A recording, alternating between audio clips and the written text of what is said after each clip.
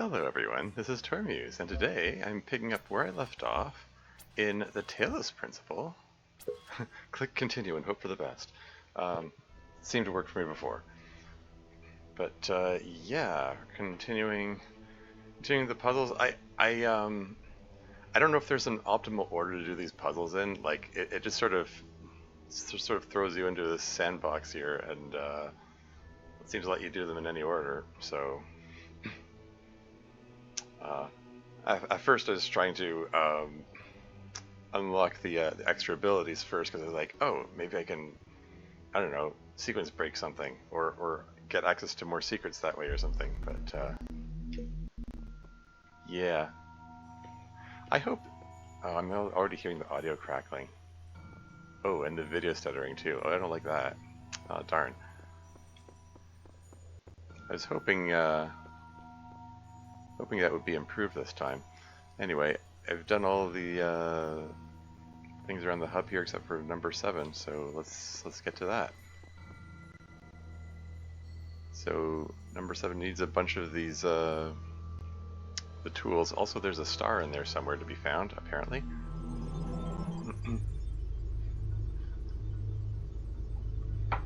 So we gotta keep an eye out for secrets. And also, there's probably going to be a new message in the console there as well, or the terminal rather.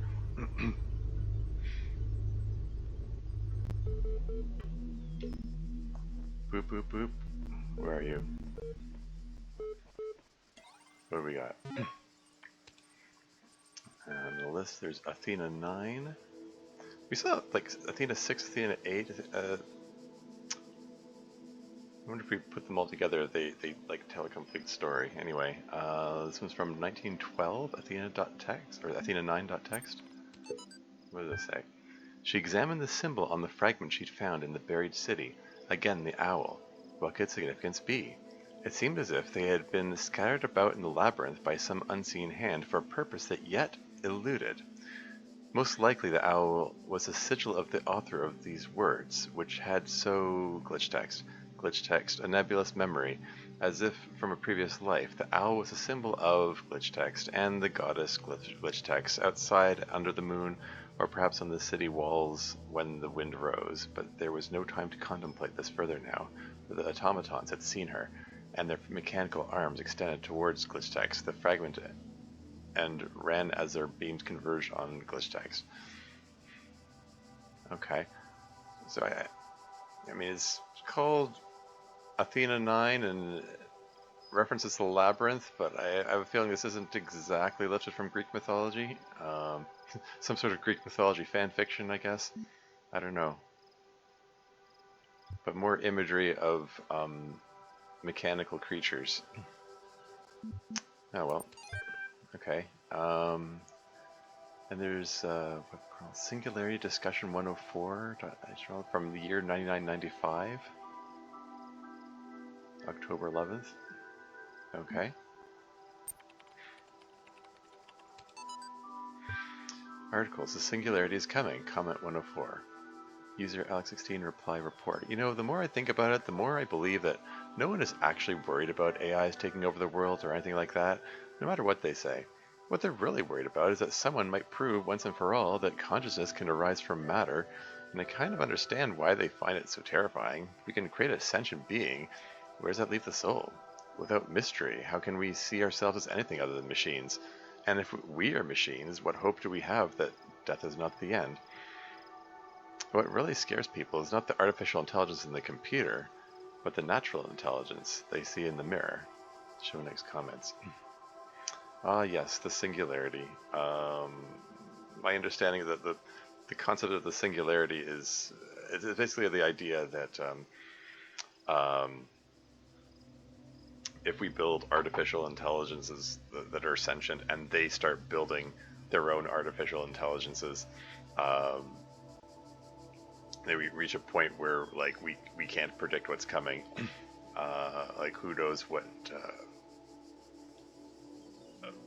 you know what kind of you know progress is going to be accelerated by AIs you know working together like that, and Anyway, moving right along. I'm not explaining it very well. What's this? AMA, Ask Me Anything, from year 9999, March 13. Nadia Sarabay, AMA, as one of the founders of the modern science of pneumatics, many credit you with inventing the term itself. How do you see the state of the science today? Sorry, I said science twice.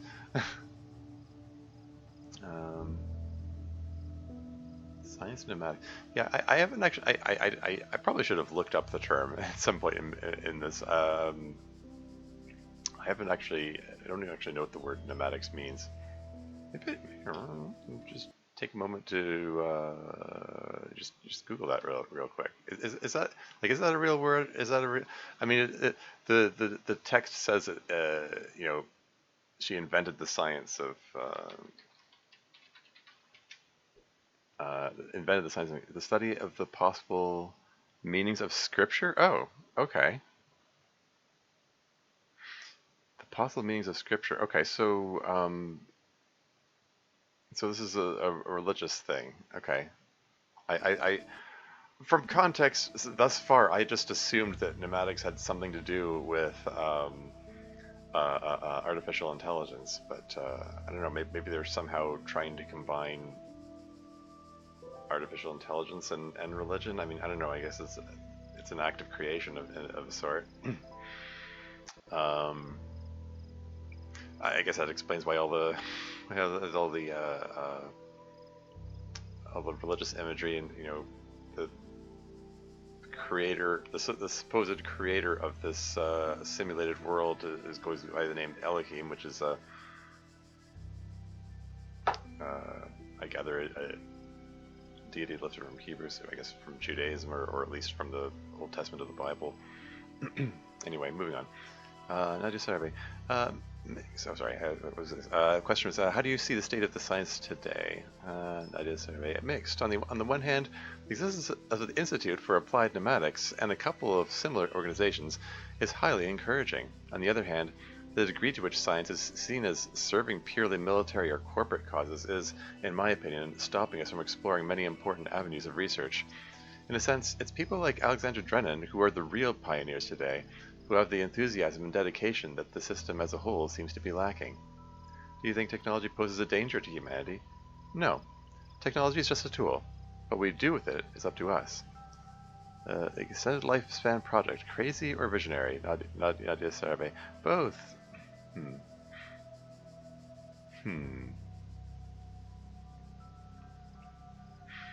Okay, so it gives a hint about the conflicts they're encountering in this part of this project.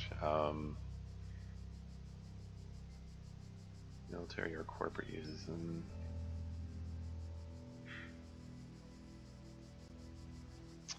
There's a lot I could say about that. I'm just gonna move on.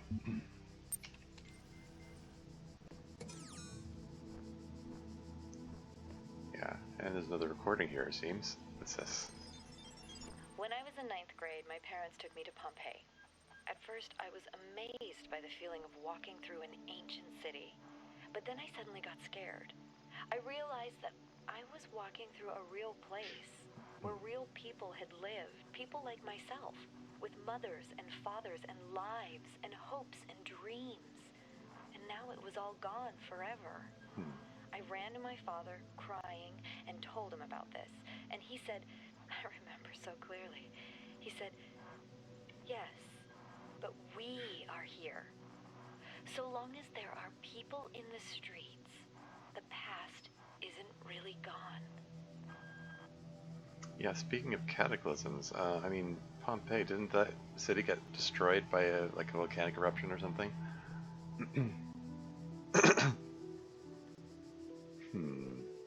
Okay, are you still able to walk the streets over there? I confess to a bit of ignorance about that.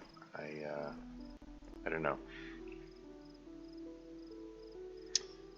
Anyway, going by the sign, I'm guessing the star is in the neighborhood of the red square and T block here. So, I think maybe I want to go in that direction first, although, oh, this sign divides them up differently. Well, darn. Well, we're just gonna wing it, I guess. I'm gonna go in the direction of the square, just because I haven't seen a square yet.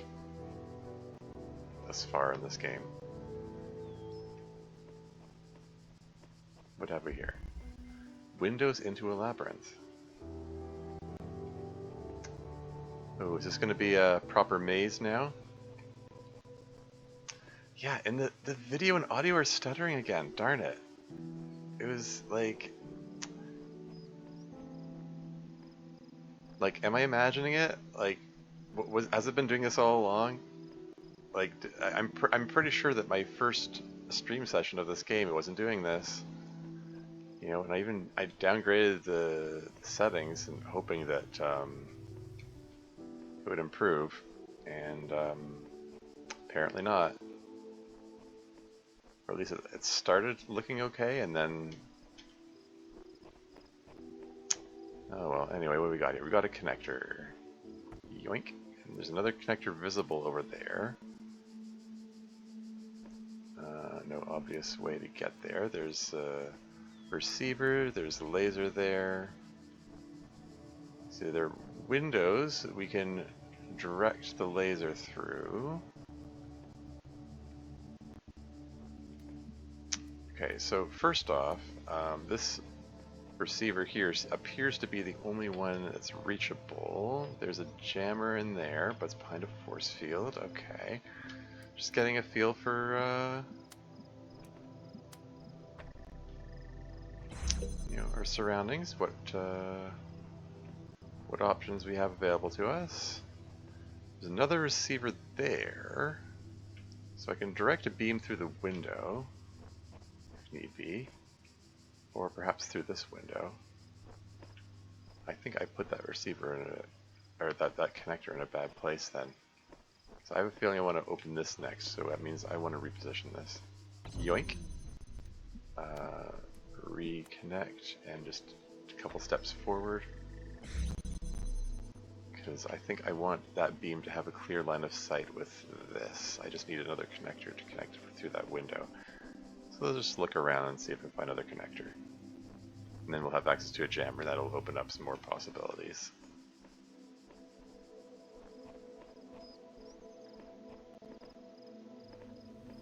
And what do you know, there's another connector.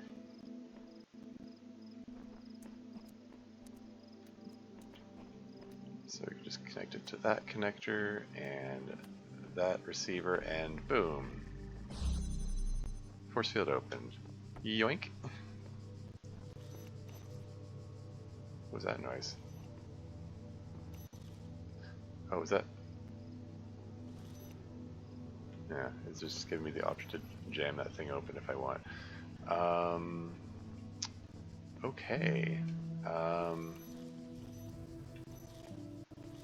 Let's see what's behind here. What do we got?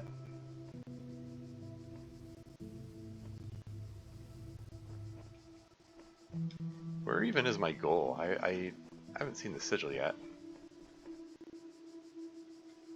Let's go to this little dead-end room here. Keeping in mind that I want to explore every crack and crevice because there's likely a secret here somewhere.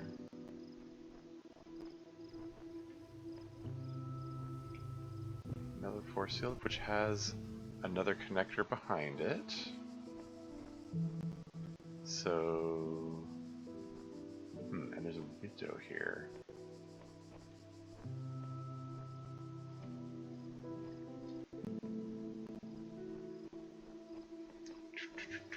Okay, so, yoink. So I'm thinking, like, if I jam this force field open, and then put this connector like over here maybe, and then I can use the other connector to, I don't know, do something. That one's unreachable thus far, but I think I might be able to get to that one there. Okay, so jam that open, yoink the connector, What, sorry, was that my body interrupting the laser there? Okay, I was trying momentarily, like, okay, let's just, so if we set this, okay, like, connect to that, and then set it down here, maybe. I'm not even sure if that's the right place, I'm just figuring this out as I go along. Yeah, because I already went behind that force field. What's this? Oh, wait, there's the sigil. Okay, so that's my destination. That's my goal.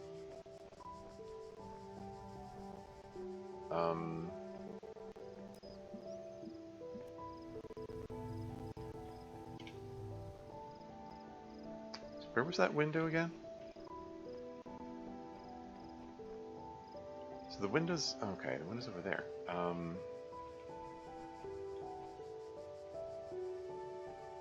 Can I?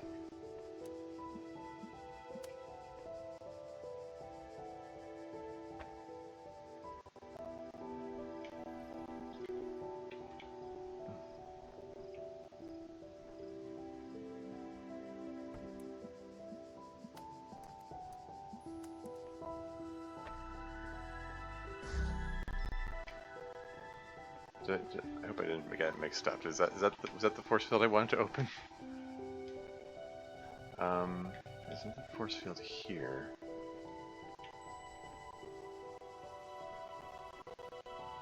Yeah, this doesn't feel right.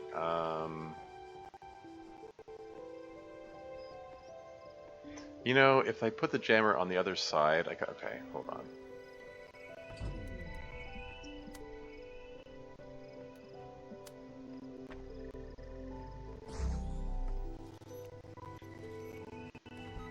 Put the jammer on the other side. Grab this.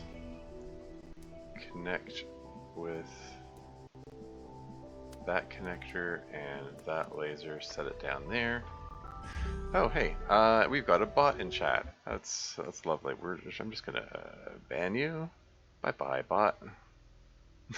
Speaking of AI. Anyway, yeah. Okay, so that's open. Now the jammer's on the correct side. I can pick that up and oops. Then jam this thing open, and now I can get through here. And over here is another connector. Yay. And do I have line of sight? I think I do. Can I do this? Connect with that connector and to that receiver. Close? What's interrupting the beam? Oh, the other beam is interrupting the beam. Well, if I just shoot. Oh, hey, can I interrupt the beam with my body and let it open that way? But then it shuts it down. No, seriously though, I think if I circle around here and because this is just opening that one there, so I don't need it anymore. So I can just pick this up.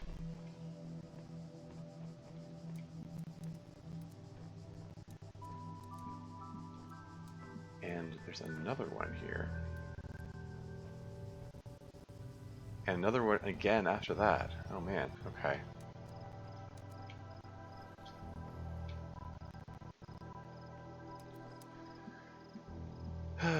Okay,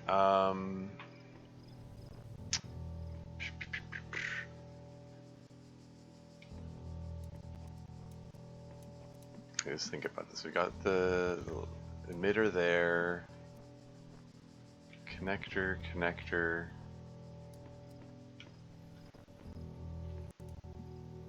So if I can hold this open with one of the lasers, then maybe I can take the jammer with me.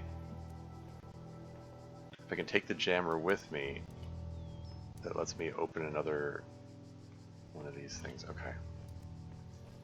Alright, okay. Oh, but yeah, I need the I need the jammer again to reopen. Not this one. I need the jammer to reopen this force field over here.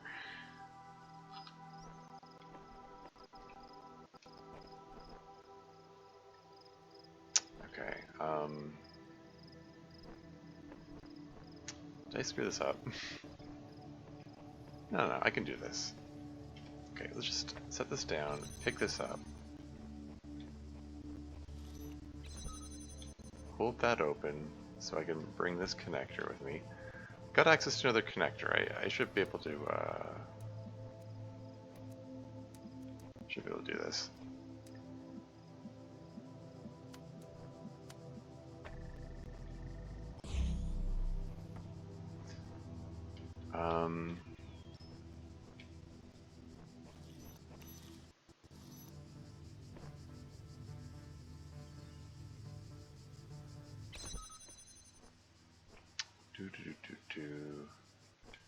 Okay, if I... What's the best way to do this? If I connect this one directly to the emitter, like so, and then take this back with me, and then what? What's the way to this emitter again? For this receiver, rather?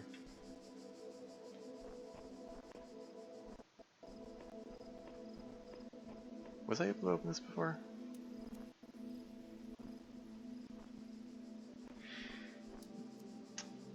Okay, hold on. I have 3 connectors. So I have one connector there, then a second one here, well, like over here, to open this force field. And the third one opens that force field, and then the jammer opens the other force field. But I've got a jammer there. So I have to have the jammer on this side of the force field. Oh, great. Okay. Okay. All right. I think I see what I need to do. It's just extra steps in the path on the way there. It's fine. I can do this. It's just yeah, this will work. Connect there. Just set that down. Where the heck did I put the third connector? I'm already lost. Okay, so there's one connector here. No, seriously, where did I put the third connector? There's a second connector here, and the third connector. I completely spaced out and forgot where I put the third connector. I need the third connector now. There we go.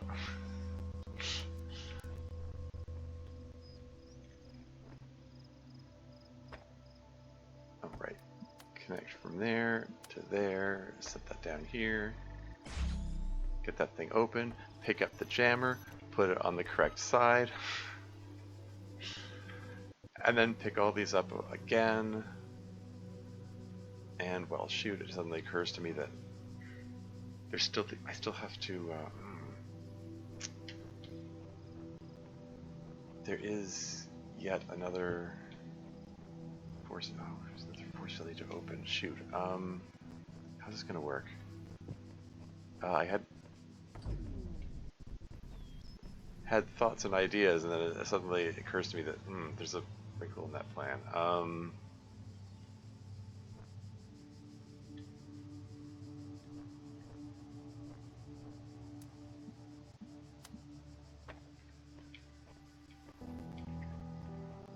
Because I still have to be able to open this force field to get in there.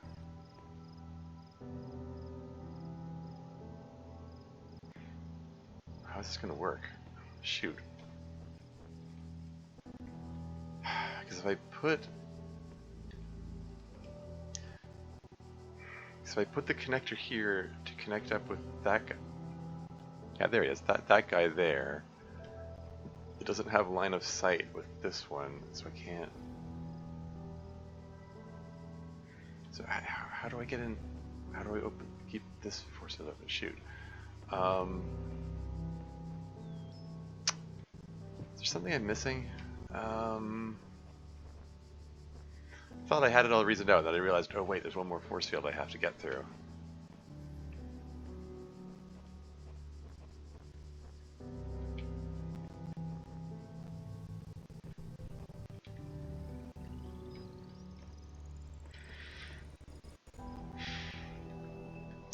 Darn. Okay, hold on. I can figure this out. Is there something I missed somewhere? Is there a force connector?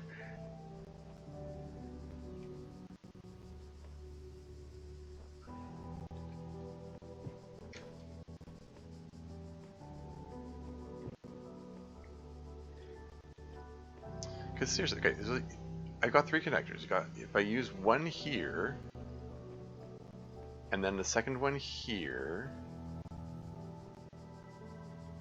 to open this force field, and then the third one to open the next force field after that.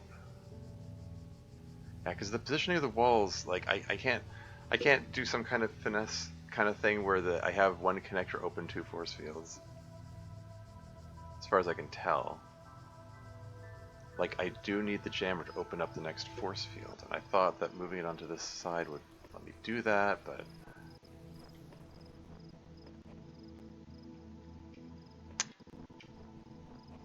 Okay, well, let me just... I don't know, let me just try...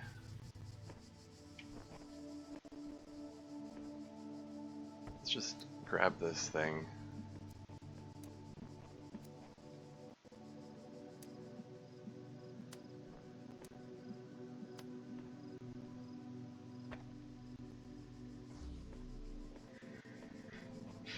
Let me just open that up, take a look inside, and see what I can see.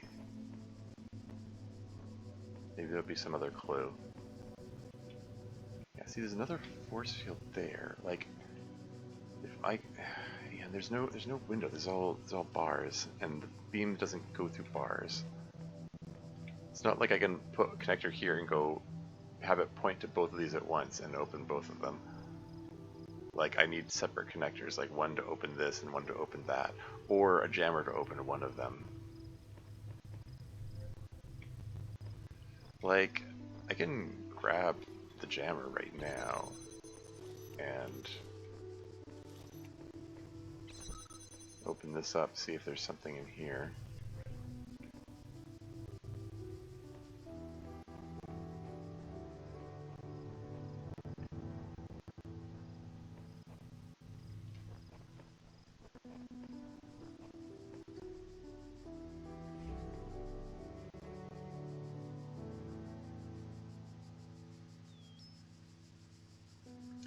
Maybe the jammer was supposed to be on the other side.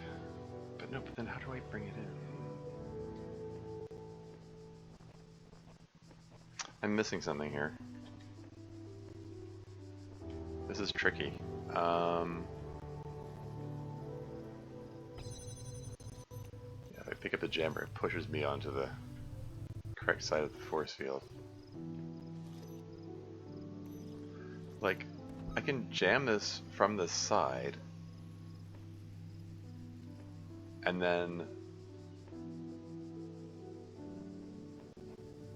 pick up the other connector. I don't know.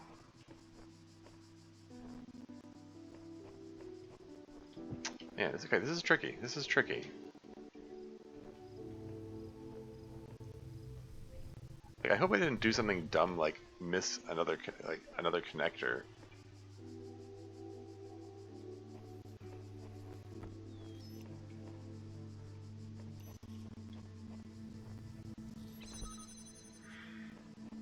But yeah, like I'm trying to just trying to logic this out. Like, minimum number of connectors that I need. Okay, let me just yoink this connector here.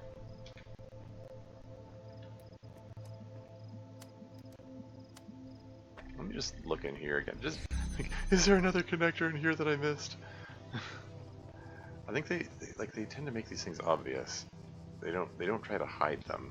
Not the ones that are necessary anyway. Like there was a hidden connector in that one puzzle area where it was clearly a secret optional thing. But I don't think they would hide it in this case.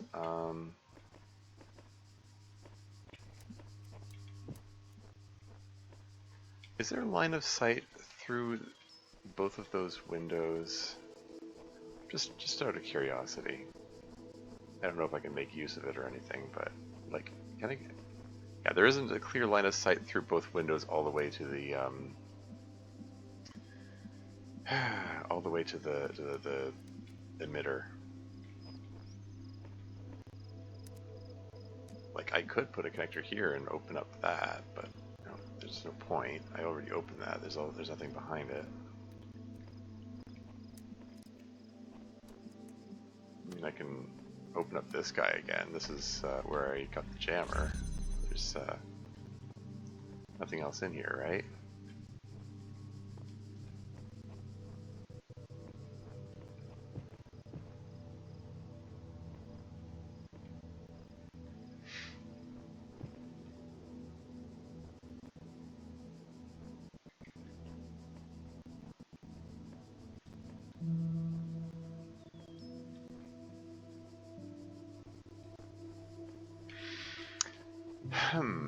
Okay, so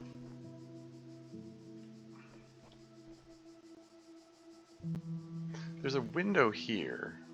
Can I make use of that somehow? Like if I had...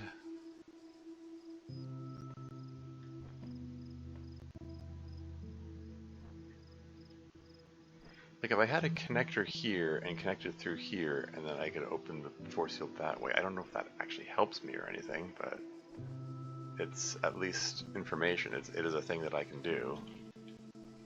I'm just trying to figure out if that helps me. I mean, I don't need this here.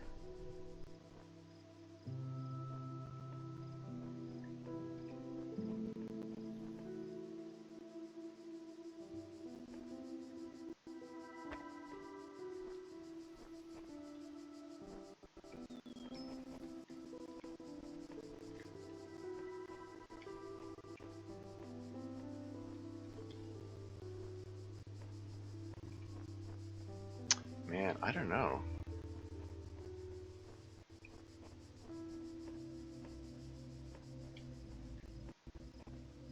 There are three connectors. One, two, three.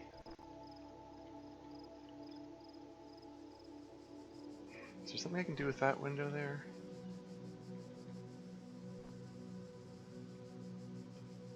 Okay, there's a line of sight between these two windows. Where is that window? Is that one that I can do something with?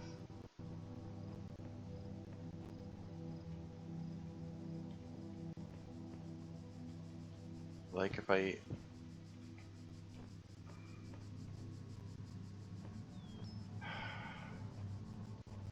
Like even if I had a beam going through here, I don't see how that helps me.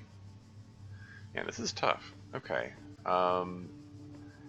Or I don't know, maybe I'm making it tough for myself. Child, there is no shame in seeking another path. Leave this mystery for another day. No. The game is saying, you're taking too long at this. Even the machine AI is getting impatient with you. Okay, fine.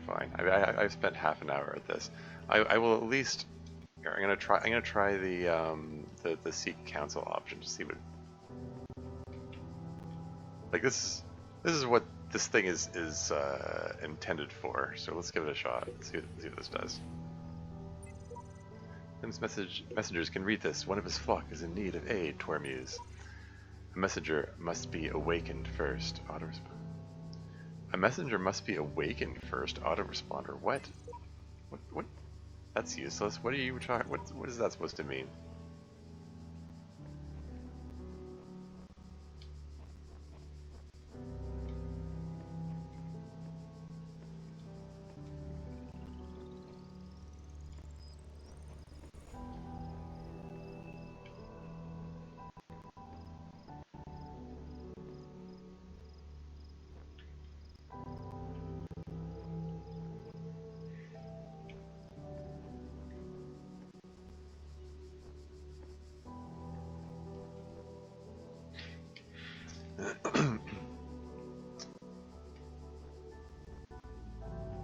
Seriously though, three connectors. One here, one to open the next one, third one to open one after that.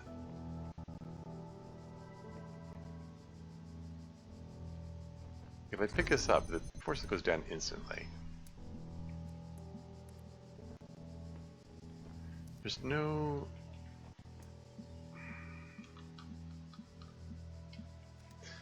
It's the first time Elohim got impatient with me. Could it be that it is actually that I'm not actually intended to do this puzzle now? Like, I mean, the signs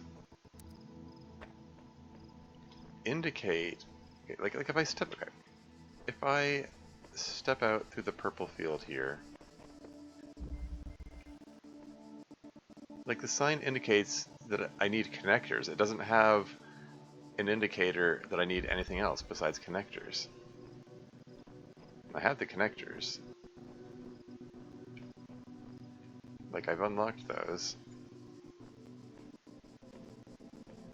And the audio is stuttering more than ever. Oh, that's troublesome. Know your limits, accept Elohim's wisdom. I just got an achievement?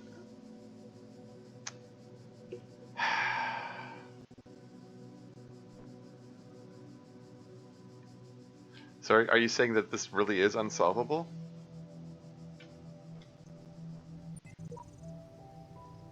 A messenger must be awakened first?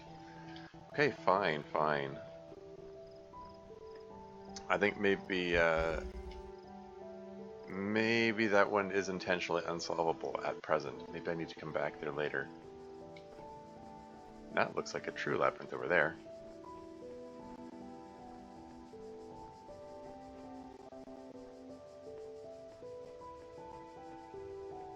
Okay. L block. Locked from inside.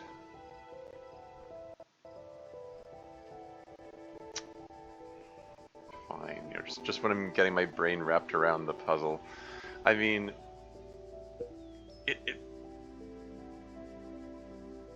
like, it does seem, it did seem unsolvable from where I was standing. Like you know, like 4 force fields to open with 3. Well, 5 force fields to open with 3 connectors and a jammer. Yeah, I don't know. Anyway, connector here. What do we got? Here's a force field. We've got an emitter. That's what I should have been calling them all along, emitters. That makes the most sense.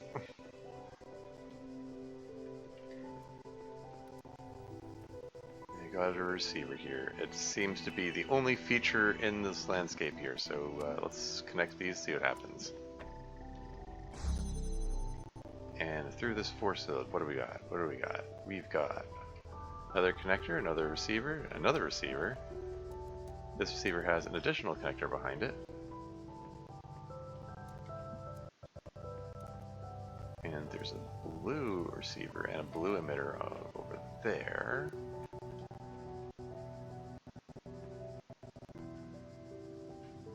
It's just stuttering more and more. What? Okay, just double checking. I'm sorry, like, graphics options, performance, like, I turned it down. Like, these are set at ultra before, I turned them down to high. These ones are set at medium. I set that they were at high before. I don't know. I don't think the max FPS is an issue. What happens if I click auto detect? Auto detect optimal system settings. I mean, sure, let's give it a shot.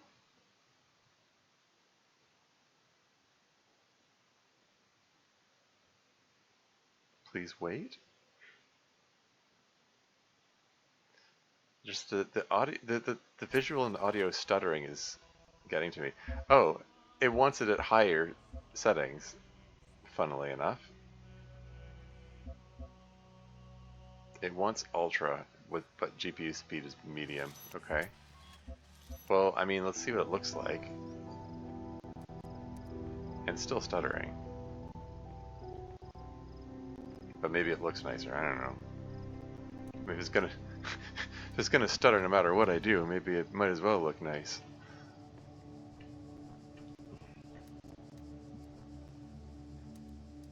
Kind of wanted to open up this one because it has the visible connector, but whatever. Let's connect to this one first, I guess. What do we got in here? We have blue emitter, and okay, there's a connector in here.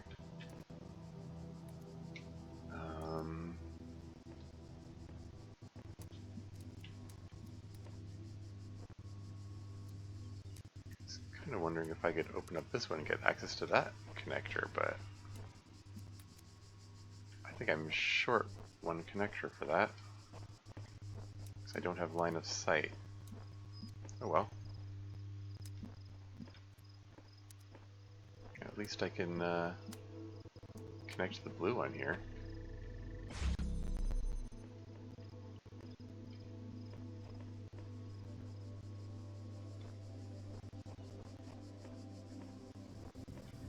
There's an additional blue receiver.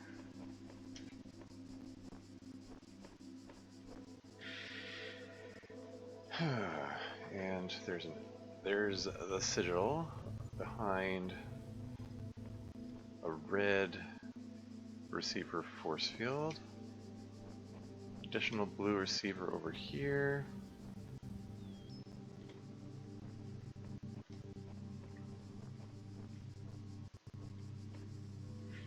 Can I use one of the other connectors to get through there, or...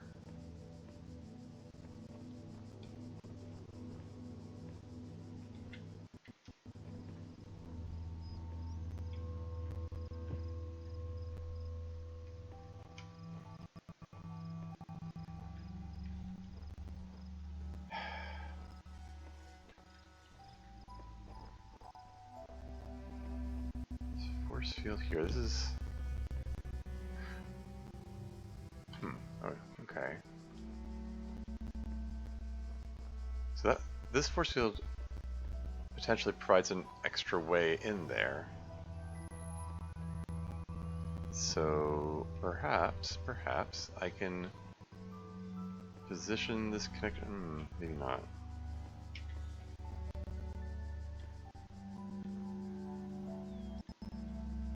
So how do I open that one? Oh, hey, Seltzerbots here. Welcome to the stream. How's it going? Still doesn't stutter as much as the Sims 3. Yeah. Also, is this game made by the same developers as that PlanetCraft game is giving a similar vibe? No, this is made by Croteam, whereas PlanetCraft was made by... Who was PlanetCraft made by? I'd have to look it up. Was that one? Was that the one that was that Blackbird Interactive? Or no, we're mixing that up with... I have to look it up. I don't remember offhand. Whenever I post the VODs, I make a note of the developer name of the game in the description of the video. And if these had been made by the same people, I would remember. I know it's a different developer. I just don't remember which one. It was one that was unfamiliar with. I just remember Croteam because they made Serious Sam, which is like, I mean, Serious Sam, at least it's visually gorgeous as this. I mean, it's got the same like level of detail and you know the bump mapping of the textures and so on. But it's a completely different genre. It's a first-person shooter with like utter zaniness and like bullet hell stuff, and yeah, very different genre. On the level, it makes it a surprise that this is made by the same people.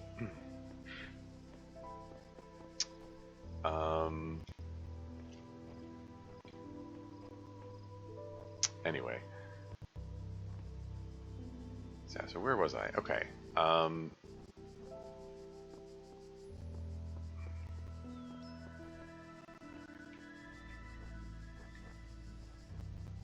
Is there another connector I'm missing? I'm just gonna look around. Okay, this is just the way out. I've heard of Serious Sam, die before I kill you. I don't recall that specific line. I remember Sam, I am.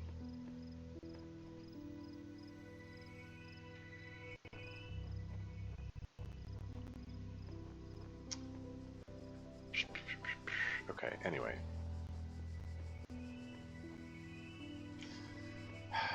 I need these connectors here because I need to open the force field that gets me in there in the first place.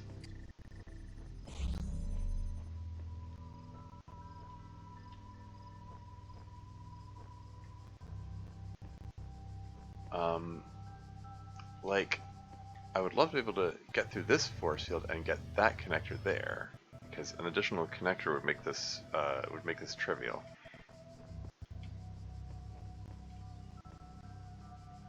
I think this connector has to be here, because it's the only spot which has line of sight with both of those.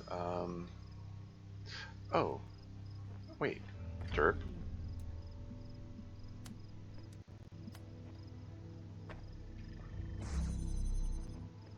What did I say about getting another connector would make this trivial?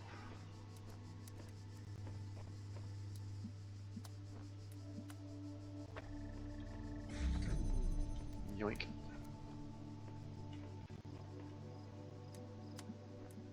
Just need to get better at making a note of which spots have line of sight with each other, I suppose.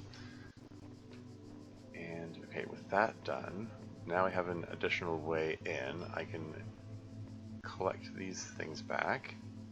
Just take this back.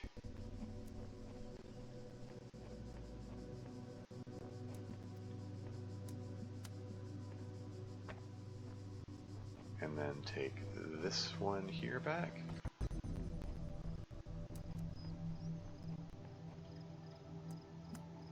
Connect it up with that. There we go. L block. Normally don't watch streams this late, but I'm hoping to cure my insomnia, and your streams help with that. Thank you for streaming. I'll shut it low. Yeah, that's fine. Hey, talk as much or as little as you want. It's all good. It helps me fill in commentary, maybe. Or at least it's worth a try. Anyway, I think the only reason I'm walking back in here is I'm wondering if there's any secret that I missed or anything, but I think I've pretty thoroughly searched this area, so let's just head back out.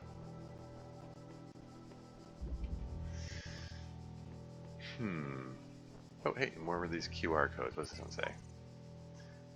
Everything I do now, I do for those who come after me, yet in so doing, I find peace for myself as well. This paradox is the foundation of my existence. The Shepherd version 82, and this one says, you've changed, Dog version 55, and seek out those in this world that would help you.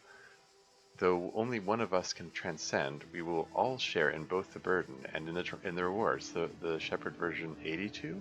Wait, this one's... Okay, they're both 82. This one's 55, okay.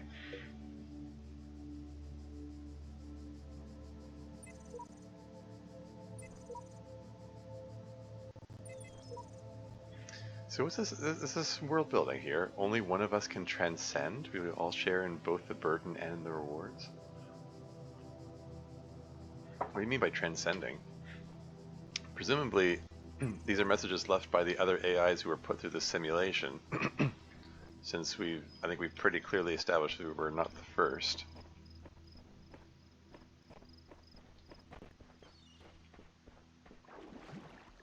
Like here, Elohim's.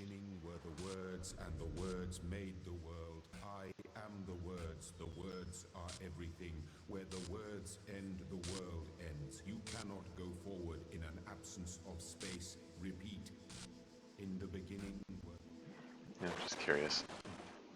It's the same message again. So I can run around the shoreline here.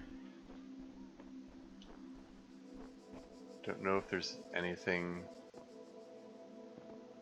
of interest here, but I'm exploring because I want to explore.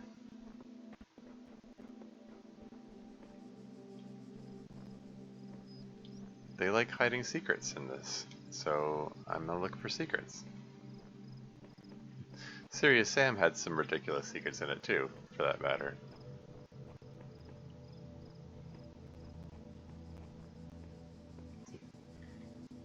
The whole blondie thing, for one.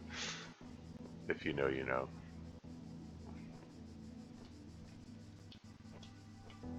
Oh my god, you killed Blondie. That's a very obscure reference. I just circled all the way around. This is the one that I just...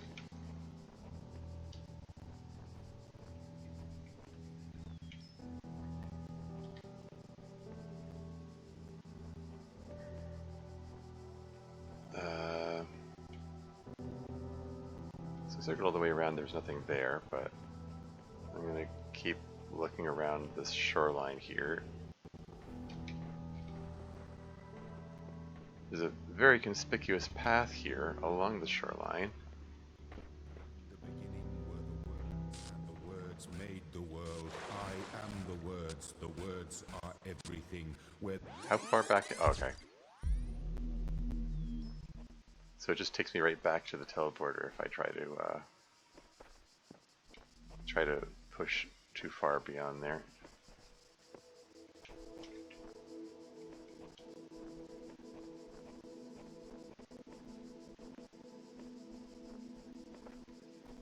Okay, well, let's check another puzzle.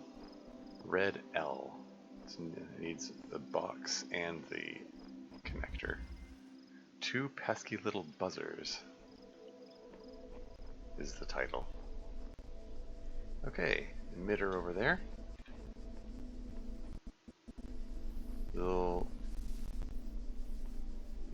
droids. But they're the non-harmful droids. They're just the ones that get in the way kind of droids.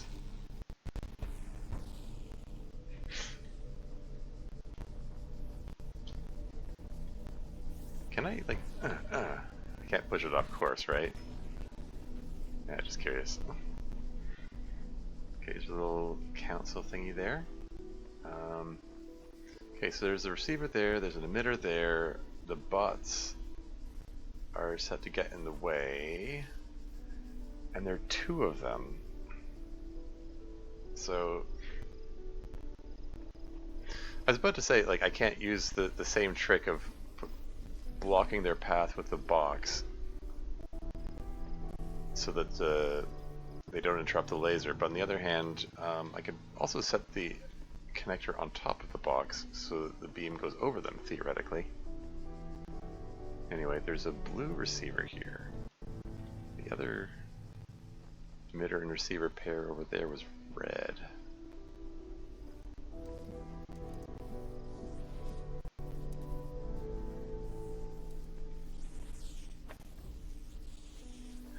You can put the connector itself in their path.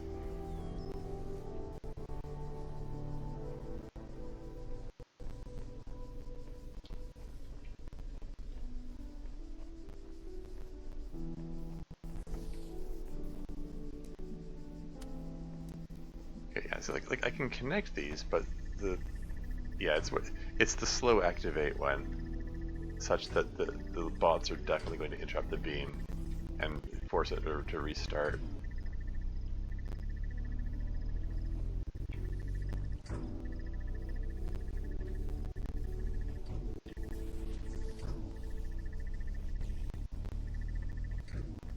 Okay, turn that off. The noise is gonna drive me nuts.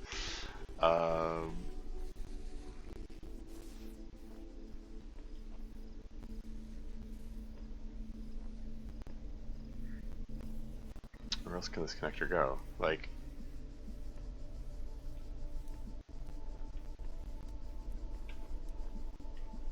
is there a line of sight? Okay, there is line of sight there. it can't. Is there a position which is in line of sight such that I could put the connector blocking the path of the bot? Gosh darn it. I guess it doesn't need to be open very long. It'll reopen itself in time.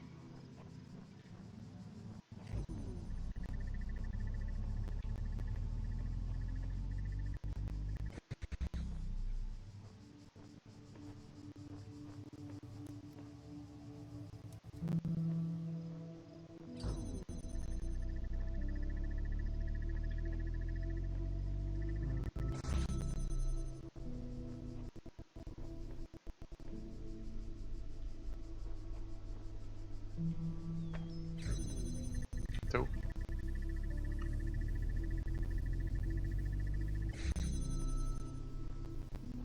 okay, what if can I like connect? Ah, frig. Wasn't in the right position. Go away.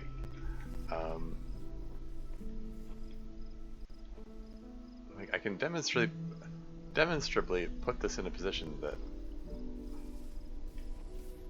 has line of sight with both of them. Can I do it when the bot is on this side? Gosh darn, I did it again. Screw you.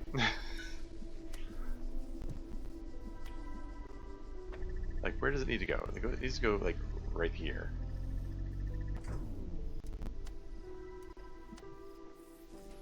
Like, right here?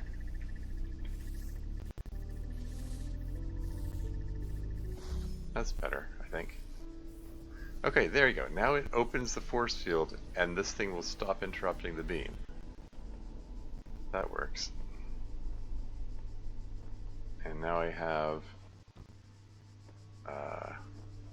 a box and another connector.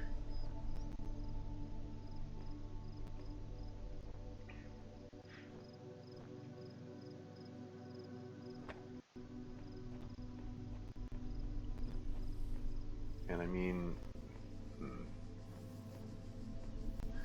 can I? Okay, if I set the box down over here, say,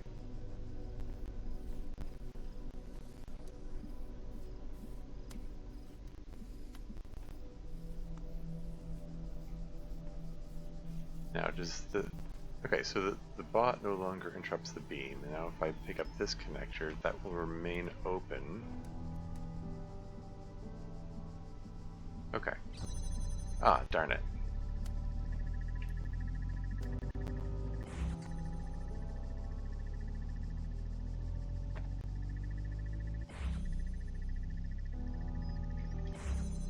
Go, go, go! Grab this sigil quick before something goes wrong.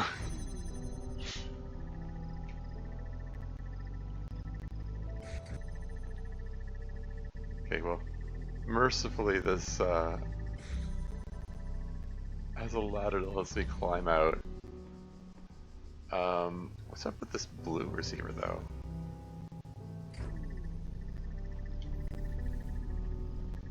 Because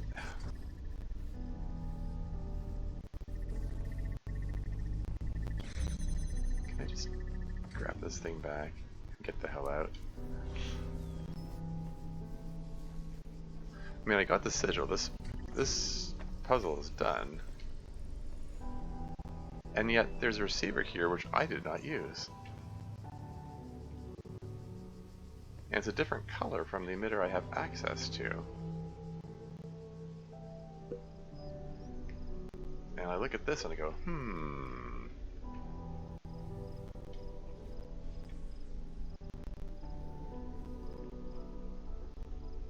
Is there another one of those? Is this another situation where there's like an elevated connector somewhere seemingly out of reach, like from outside of the puzzle location?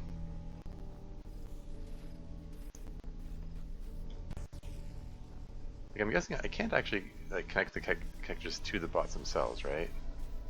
No, I don't think so.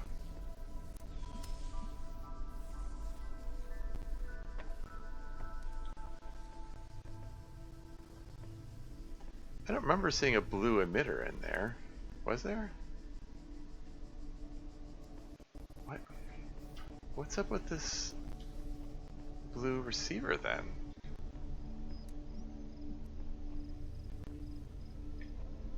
How would I access it?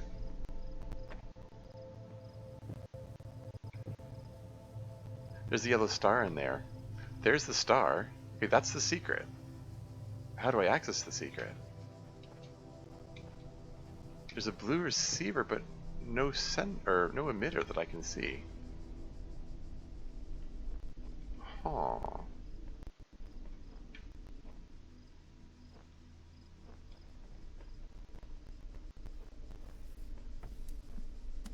Okay, hold on.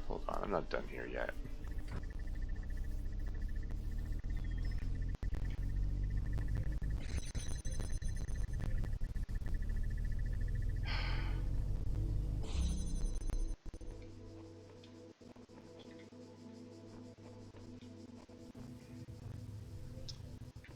Like there's...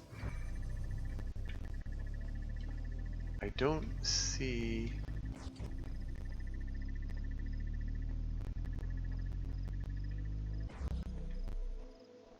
I don't see another connector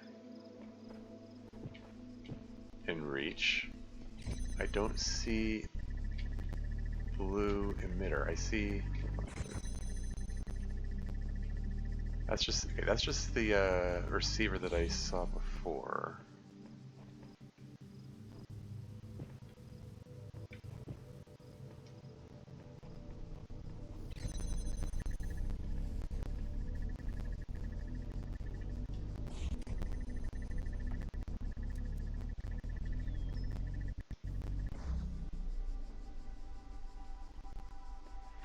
I mean, like there's a cube.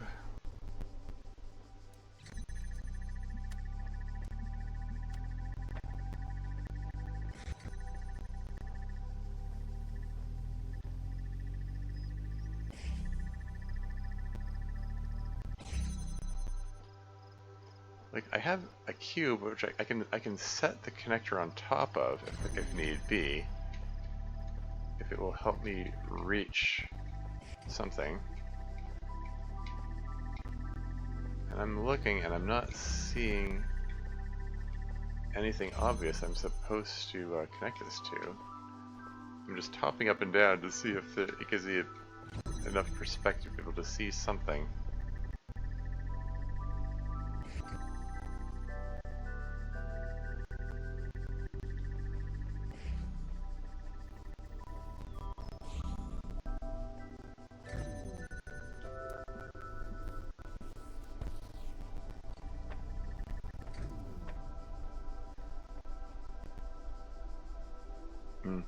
Fell asleep typing this comment with my astral fingers. Kidding, but it should be cool if reality worked that way. Yeah. Okay, let's see. Council, see if they have anything to say. James Spencer's going to read this. One of his flock is in need of his aid. Do not doubt yourself. You have already overcome this trial. Autoresponder. I mean, so you say. There's an additional secret here which I have not overcome, but whatever. Okay, just remember. That the red L block room, that's where the star is. It could be that I'm like trying too hard to get these secrets, and maybe I do need later equipment to be able to access them. Pinhole windows. What's this? These sigils are becoming harder to reach. I dread what the next temple holds in store. And at the end, what? Eternal life? There's got to be another way. Sheep version 69. Nice.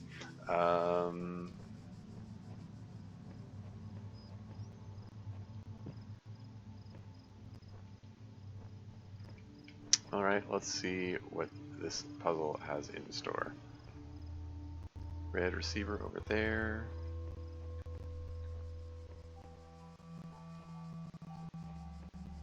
red emitter here, which is already connected. So the fact that it starts connected is interesting. That's already opened the way to the T block, but you got this force field in the way, which needs a blue emitter. There's the blue emitter, but it needs this thing here.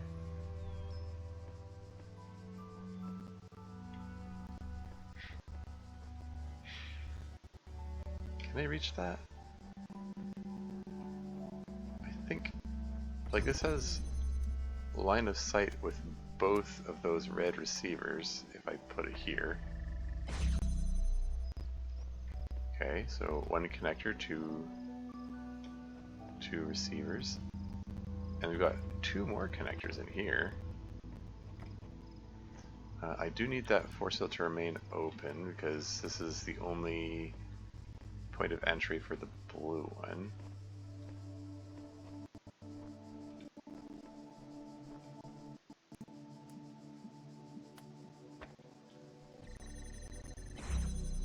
Oh, right.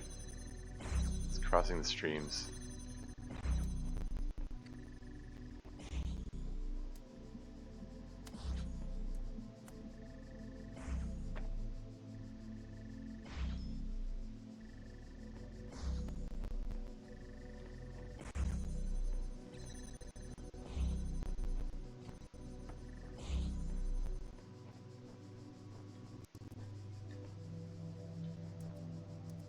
Okay. So one of these is going to have to be elevated, I think. Because, I mean, I do need that force field open in order to gain access to the blue emitter. Is there a way... Okay, that beam has to go through the window, so it can't be elevated, right?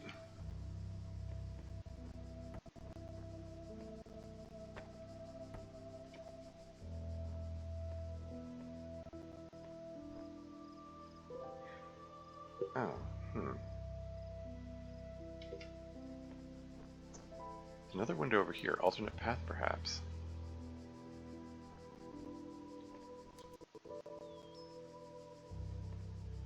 Alternate path for the beam.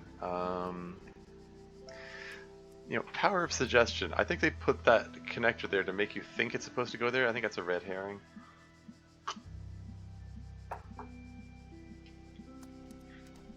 Okay, so if I connect this over here, say, and then I can connect it over here.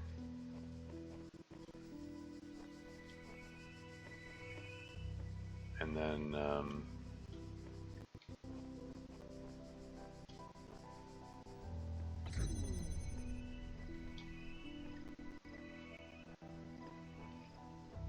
is there a point with line of sight with both of those, and maybe through the window here? Oh man, okay. The only point with line of sight with both of those is way the heck back here.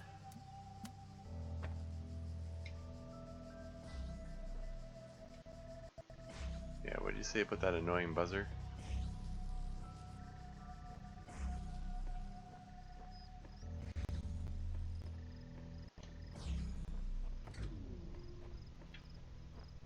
Okay, so what if this one goes even further?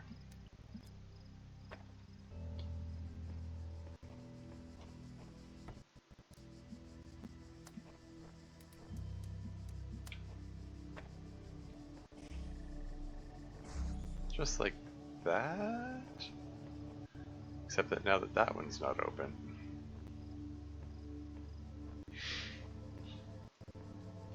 Ah, darn it. I'm out of connectors. Okay,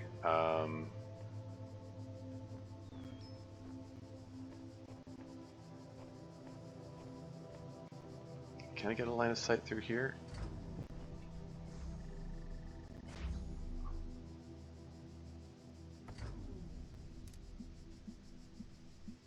From there to there to there.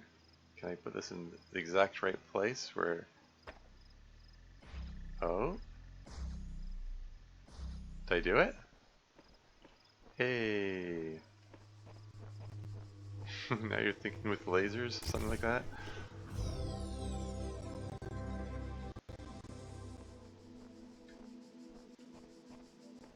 That's cool. I could make a good thumbnail for the VOD, maybe with all the red and blue lasers crisscrossing all over the place. Anyway. Okay, cool. So that's done. And there's a green T block this way, apparently. This is one I've read before, right? Or maybe not. I've read a message on a wall that speaks of a world of endless sand. I'd like to make it far enough to see that. At version 17.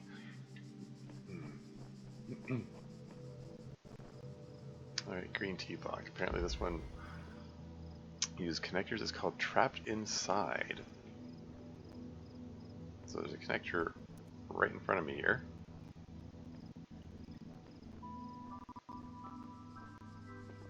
There's an emitter which already has a beam connecting to that receiver there. Oh yeah, I feel like I need to keep an eye out for opportunities to make the lasers go out of the puzzle environment, because there is still that one weird errant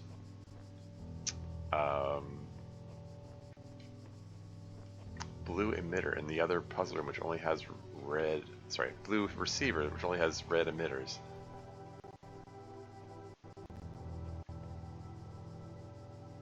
Anyway. Okay, so the block is behind this force field here. And I have... Seems I have access to two connectors.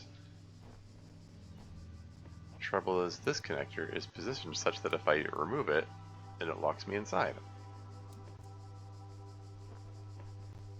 That seems suboptimal. Unless I get this other connector and have it connected from outside, like so, perhaps? Then I can get this one back without the force field closing. And then I can put this one over here, perhaps. And then grab this one back, let that force field close, and connect these. Okay, that was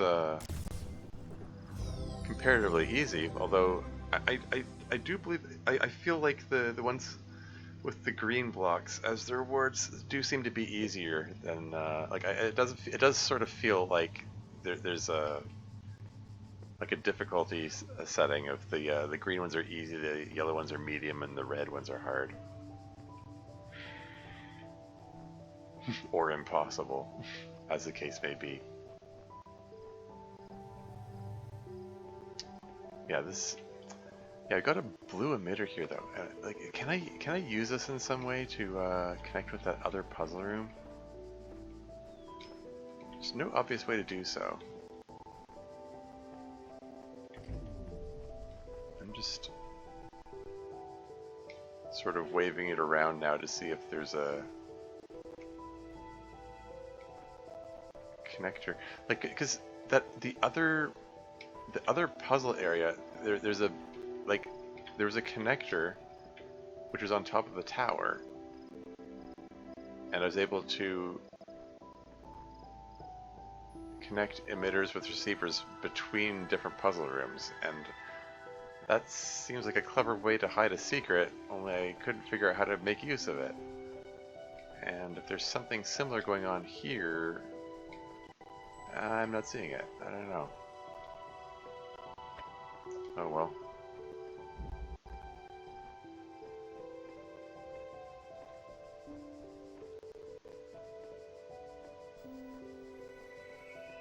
So these are the ones I already read before, right?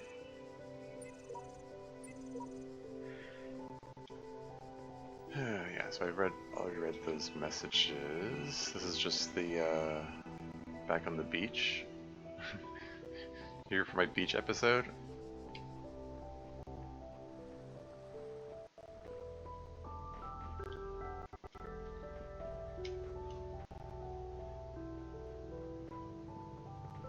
Just searching around here.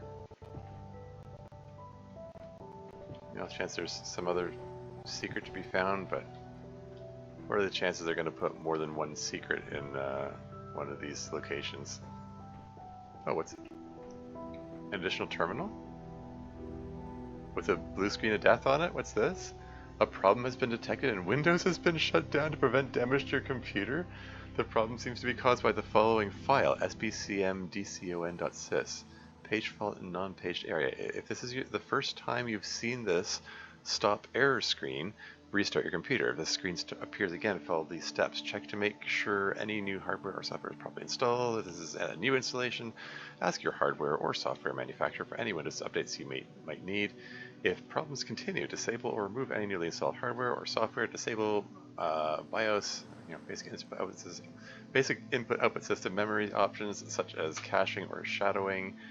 If you need to use safe mode to remove or disable components, restart your computer, press F8 to select advanced startup options and then select safe mode, technical information, stop 0x50, and there's some hexadecimal there. It's a memory location. spcmdcon.sys address base data stamp. Okay, yeah, so this is you know, standard blue screen of death message. I guess this is just an Easter egg. I don't think this is actually supposed to mean anything per se. It's a CRT monitor, indicating a rather old computer.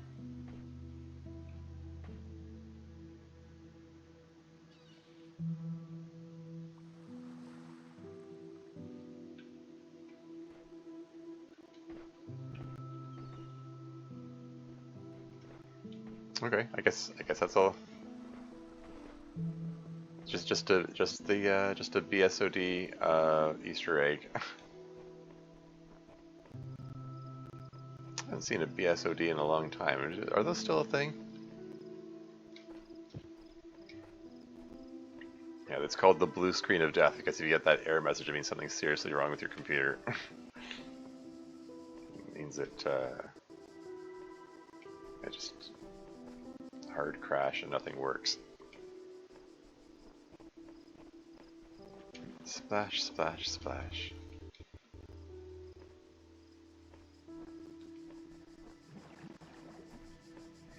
I mean, I guess all of these have CRT monitors, but yeah, I don't know.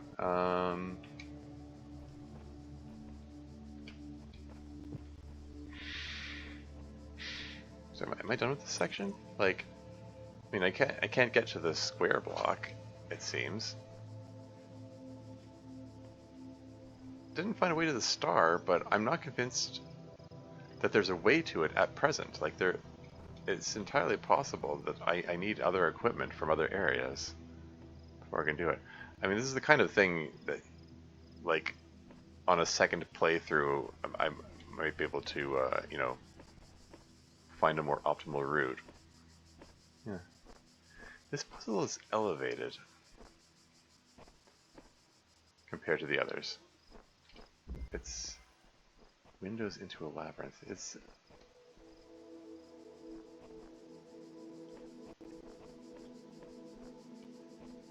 no, I'm just curious. Yeah, because the message. Yeah, these are all. It's just a. It's just a red emitter anyway. It doesn't. It wouldn't be usable for that other puzzle. I really want to know how do I get that blue bean in there? I don't know. I'm spending too much time puzzling over this.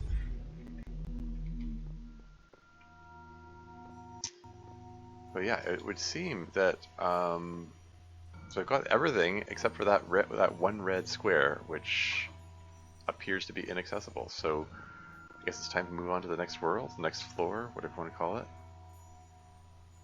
There's 0 or -1. You have proven yourself worthy, child, and this gate shall be forever open to you. Seek now the other worlds I have given you, that you may attain even greater mastery and bring glory to your kind. To your But kind. remember, you must not ascend the great tower, for it shall bring death and the end of you. And the end of your generations, the subtitle said. I don't know why his voice got cut off there. Ascend the tower. Is that going to become my goal eventually, or is that like an optional bad ending, or who knows? So this looks different. It's decidedly more modern looking, I guess. It's got metal and pipes as opposed to the stonework and statues. And like crumbling statues, like old and rusted rather than old and busted. I don't know.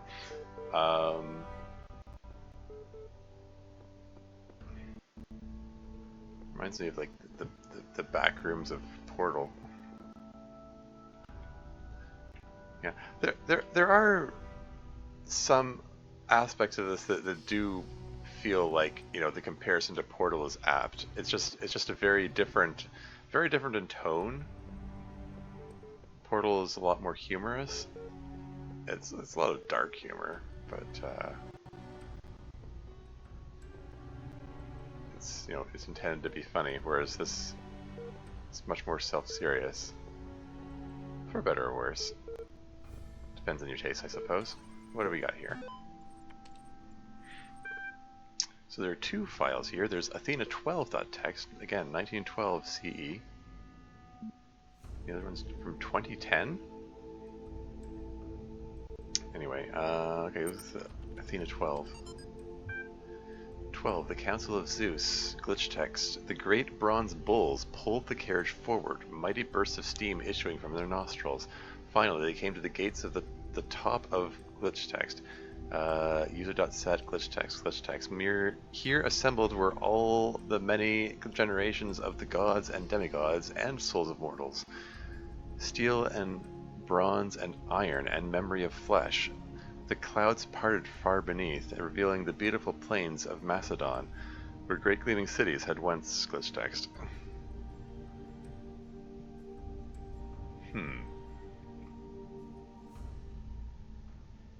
Okay. Yeah, it's more steel and bronze and iron and memory of flesh, implying this is a society made entirely of metal, like it's just machines. Anyway, the other one is HIS1A_Rome from 2010, May 7th. Professor Dr. Armin Hulock, The Fall of the Roman Empire, A Dialectical Approach. Glitch text caption equals homo sum colon humani nihil ame alienum puto. Glitch text. But interesting as such perspectives of the decline and ultimate dissolution of the Roman Empire may be, they ultimately put too much emphasis on individual catastrophic events. The real question that must be asked is why the Roman Empire, which had dealt with so many threats and catastrophes over the years, was so incapable of responding to these later problems. We must investigate the division of wealth, the structure of government, the location of power in Roman society. Had the Republic survived or been restored, would Rome still have fallen? What was the role of debt and slavery in creating the conditions for what we now call the Dark Ages? Rome, the saying goes, was not built in a day. It didn't fall in a day either. Register for the class, please email glitch text.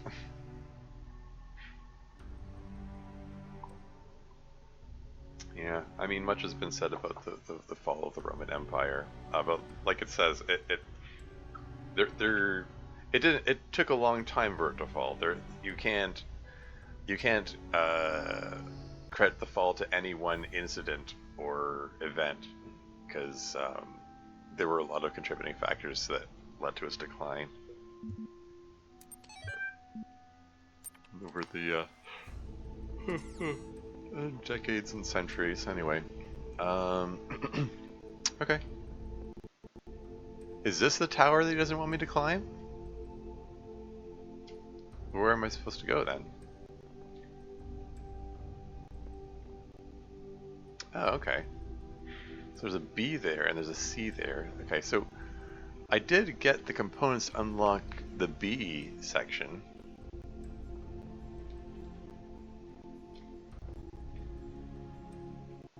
Okay, there's the map of stuff that I found in the A section. Oh, wow.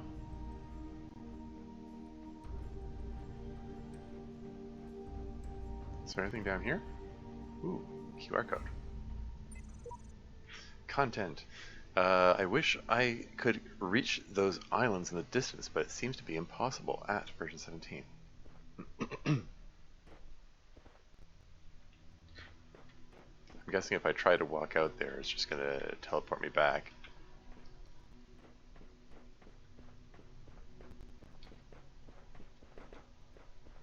I mean, you know, gorgeous landscape and all, but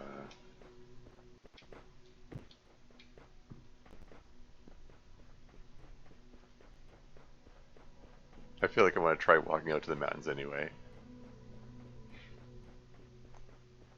The beginning were the words, and the words made the world. I am the words are everything. Where the words end.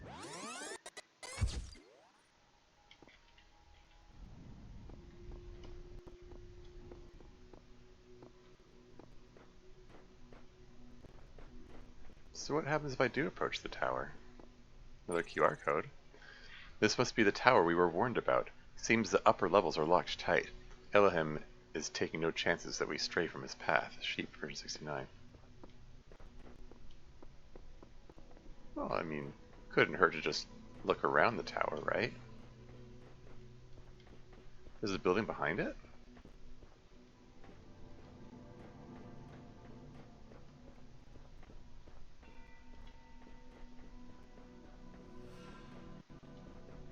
Should we be obedient and avoid the tower? Or should we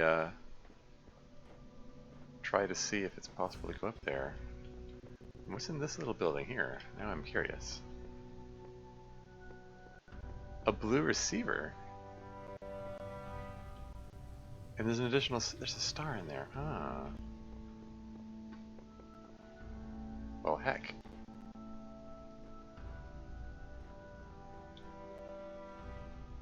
So...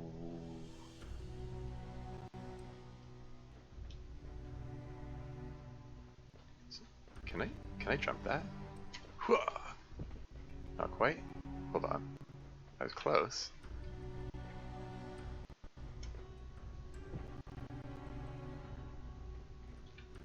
Like, it's so conspicuously placed, like, it just makes me wonder. I'm so close. It feels like I'm really close to being able to make that jump.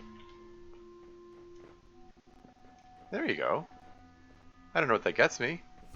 I'm on top of the building now. Can I climb this? It looks like the game has ladders. There were other ladders I was able to climb. It looks like I should be able to climb this ladder, darn it. Maybe I wasn't supposed to be able to get it here.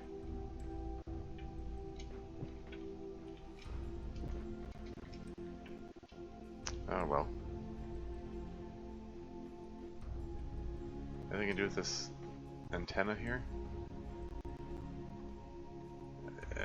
Like everything else, it's possible I have to come back here when I have other equipment, but yeah, there's definitely a secret here. That there's a blue receiver, which means I would need to be able to have a connector outside of the puzzle areas in order to access it.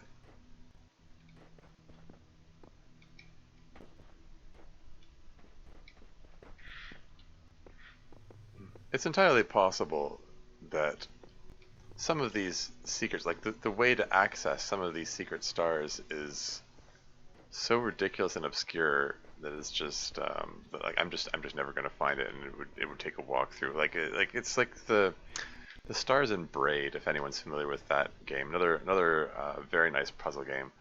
Um, like I played the whole game start to finish without knowing that there were stars to find, because like every single one of them is like very secret and obscure.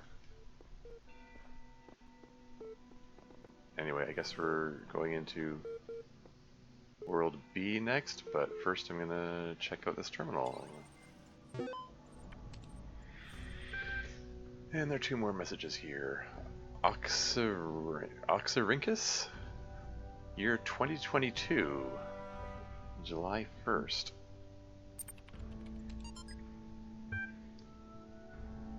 The great irony of the Oxyrhynchus papyri is that such a vital source of information about the ancient world exists only because of a garbage dump.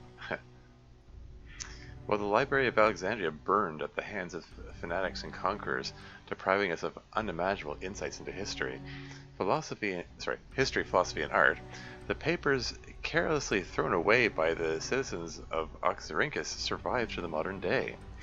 And though it is true that a great deal of what we know today is because of the conscious efforts of individual and organizations, such as the spectacular translation preservation work done during the Islamic Golden Age, so much more is simply the result of coincidence and luck. We've lost texts that the ancients considered to be absolutely essential, while utterly trivial, even plagiarized work has survived unharmed. Glitch text, glitch text, glitch text. So if we want our descendants to remember more than glittering emo vampires and auto-tuned teen pop stars, we have to invest in glitch text. Make sure that glitch text, glitch text.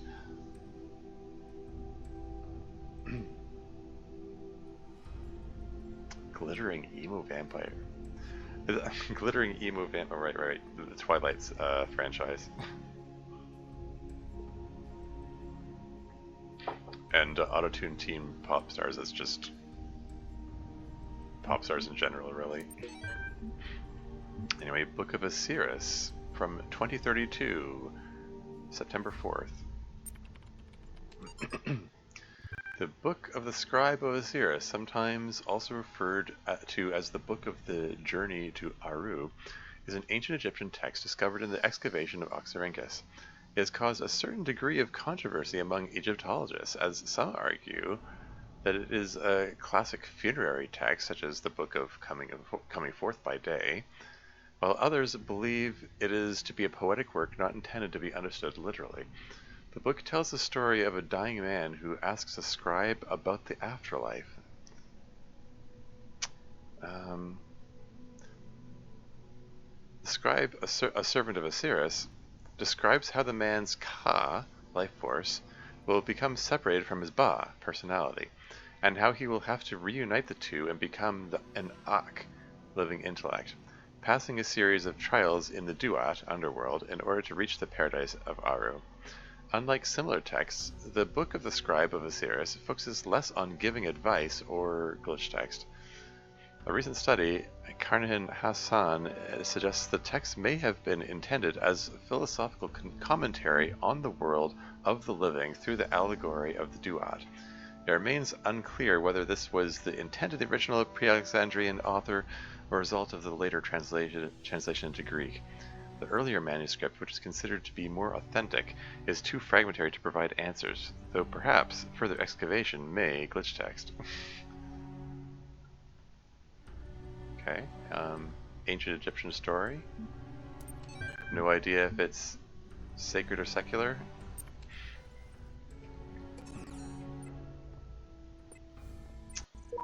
Okay, and time to do another one of these puzzles.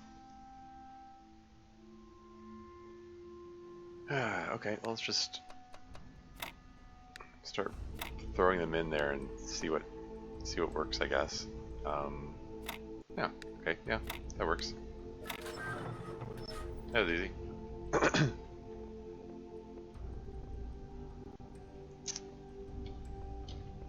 Okay, so this is the same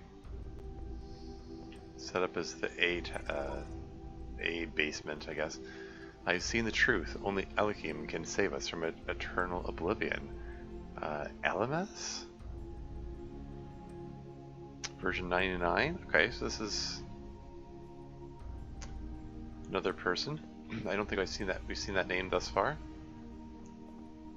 There's a staircase leading up to a door, and the door does not appear to be openable. That's curious. Okay, so I'm assuming that elevator takes me down to World B. Just want to take a look around first. A balcony with another door on it. Like, I look at that and it makes me wonder: is there going to be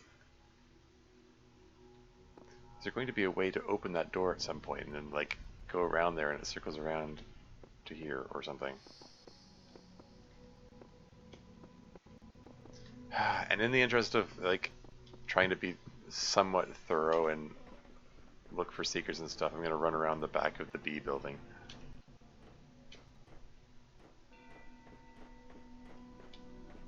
Is that nice sunrise in the distance there, or is it a sunset? Is that east or west? I don't know.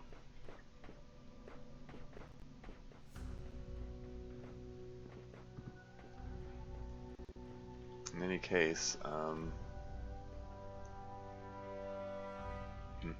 yeah, okay. Well, let's just go down.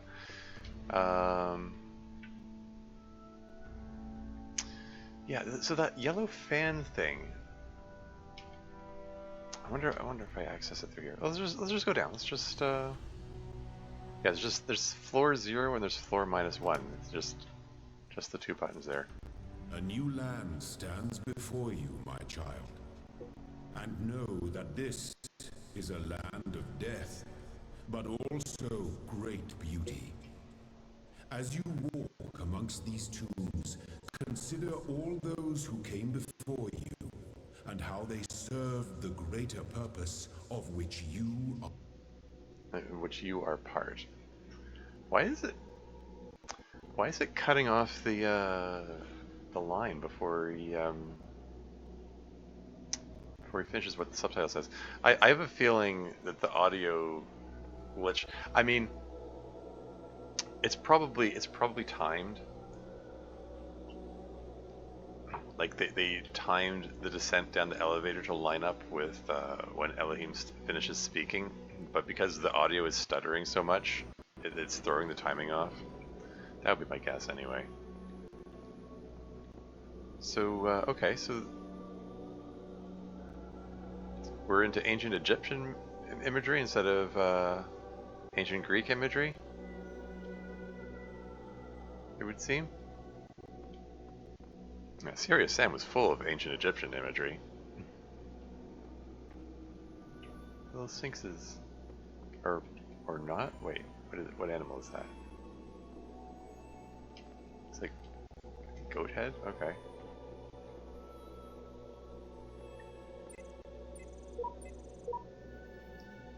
Okay, so this is the fan, but I don't have all the sigils needed for it.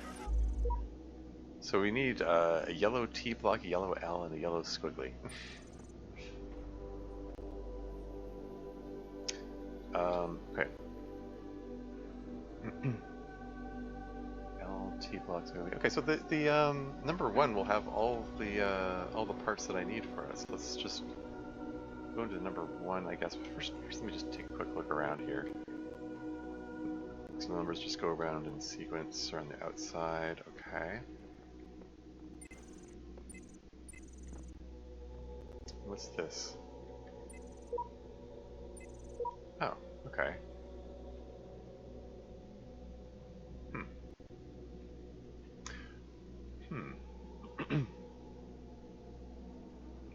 This also requires yellow blocks to unlock. In fact, it has overlapping requirements, so I might be able to choose which one I open first. Excuse me. Let me just take a quick peek at the signs here. This needs connectors and cubes. This needs Okay, that needs like cubes, fans, connectors. Yeah, so lots of fan requirements. I think I need to unlock the fan before I unlock the other thing. Yeah, this need some of these need require the triangle, whatever that is, whatever that thing is. And there's one right there that requires all four: the triangle, the fan, the cube, and the connector.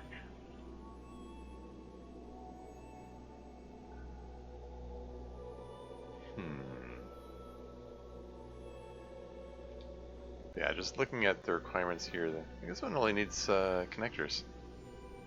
Like, number 6 looks, yeah, comparatively easy. There isn't exactly a linear path, it seems. Anyway, generally it looks like the fan will get me more, it'll get me access to more stuff. So let's oh wait. I have promised you eternal life. But know that eternity may only be attained by those who serve a purpose greater than themselves. All else is decay. So it was written in the hidden words before the beginning of time. Huh. Speaking of hidden words, more QR codes. The tools to overcome this place have been provided to us. We need only learn how to use them, and that's from my friends list again. Travel to the edge of the known world. Though it seems to stretch on forever, our domain is much less than we imagined. And that's from Zix version. So the ones that say version 99, I think are people listed for my friends list. Because yeah, Zix is another name from my Steam friend list. I think he must have played this game too. Finally getting some sense out of the entity in the archive, though at some cost to my sanity. I am beginning to think this Elohim wields no more control over the world than we do. Sheep version 69. I mean, yeah. There are some hints to that effect. There's another can of paint here. Or bucket of paint, I guess. I can probably write a message on the wall. Same as these, but let's take a look around first. What's in the terminal? Oh, okay. This is more about the admin stuff? Tell me something. Do you always do as you're told? There's yes, no, am I obliged to answer that question? Or no response?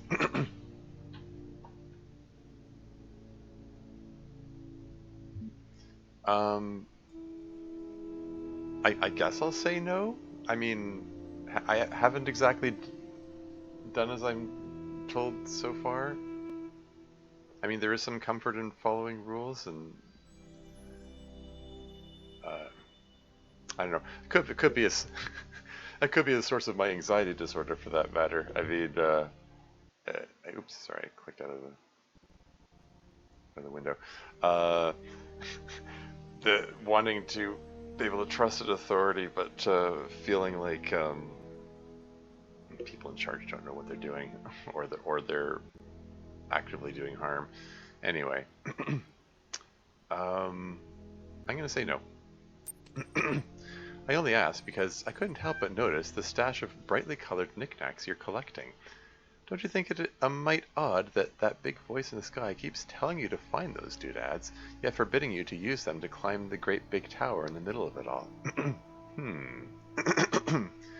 So I have two options. I can say, you're testing me, I must resist the tower's temptation, or I'll climb it when I'm good and ready. I mean, I'm doing whatever for the content, really.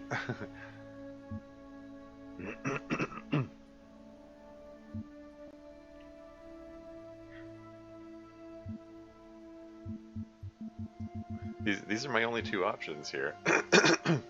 I can't even ask if this mysterious voice knows what knows about the tower. Anyway, who is this interacting? They're aware that I'm collecting the colorful Tetris pieces. they're aware of Elohim's voice giving me instructions.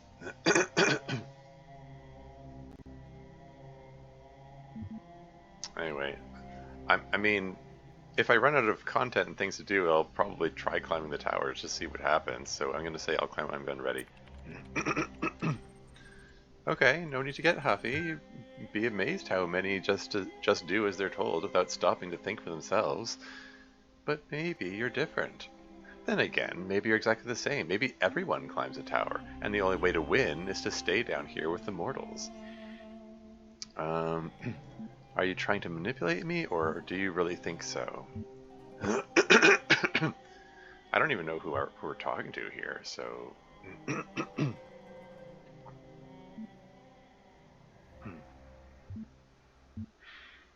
I mean, I don't know what the goals of this voice here are. I'm guessing this is the same advanced MLA that we were interacting with before. But yeah, I mean, we don't need to take an accusatory tone, I don't think. Maybe they're just trying to understand us as much as we are. But I guess I'll go with, do you really think so? Nope. In fact, I'm all in favor of you poking about up there, if only to see what you find. Must be something juicy if it's forbidden by His Highness. Then again, maybe not. I'll be off then. Just wanted to drop in and run a little interference. Whatever you do take care. You have bigger problems than the voice in the clouds. And I can say, not very helpful, or you don't like to say his name, do you? Or I will.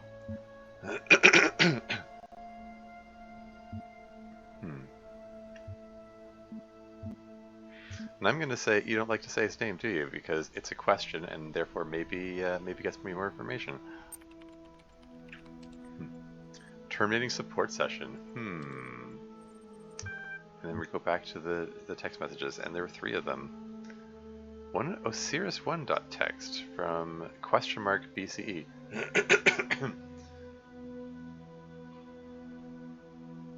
So yeah, so Osiris from ancient Egyptian legend.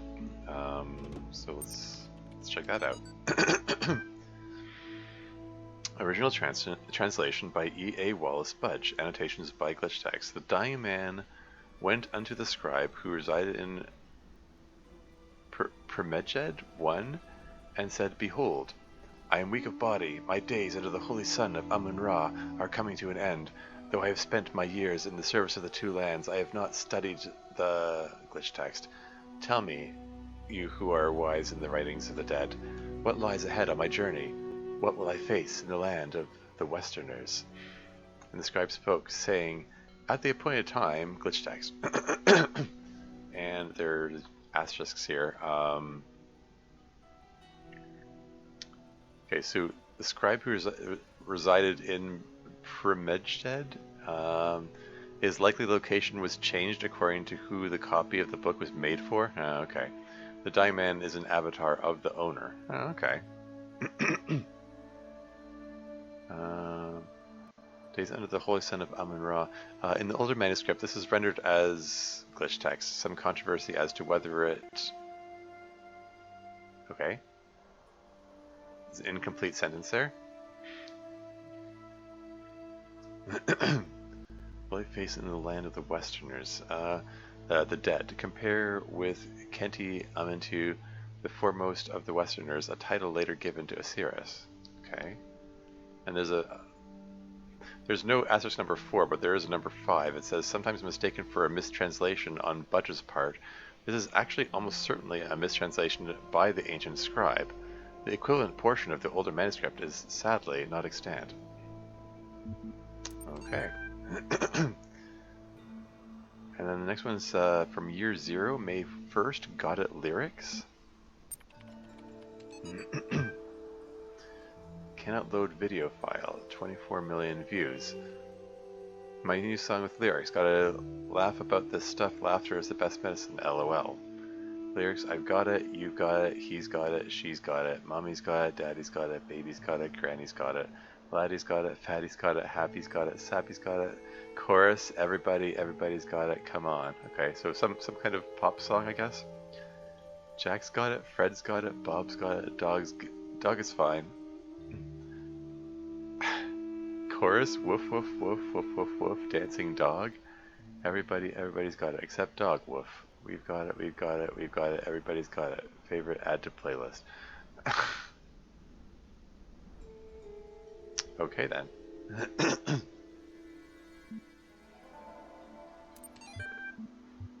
Is that a real pop song, or is it just made up for this for the sake of the game? Anyway, we've called Year Zero, April 17th, Immortality.html. Disgruntlomeister's Blogstasy, episode 204. I don't know about everybody else, but I'm afraid of dying. I don't see any reason to believe there's an afterlife. I'm an organism like any other. When my brain stops working, my consciousness will cease, and I will be gone. And you know what? I can't just embrace that. I can't say I'm okay with it, or I've accepted, or some nonsense like that. I don't want to have an ending. It terrifies me. If I had a genie right now, I'd wish for immortality. Who wouldn't? Oh, but you wouldn't really want to be immortal, the pseudo-philosophers say. Pretentious drivel.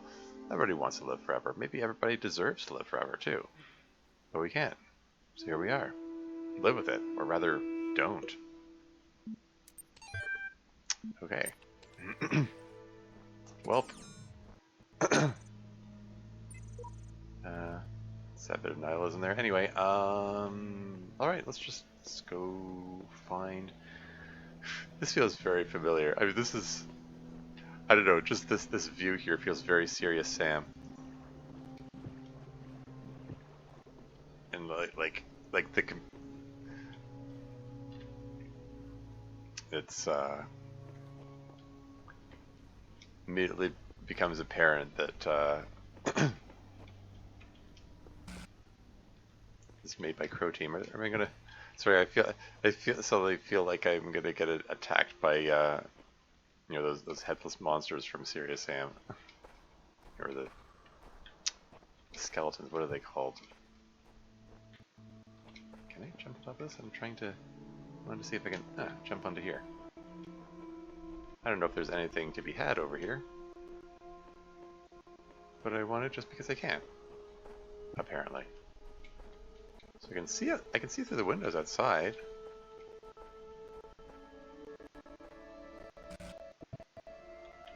And then I just jumped off the edge. Oh well.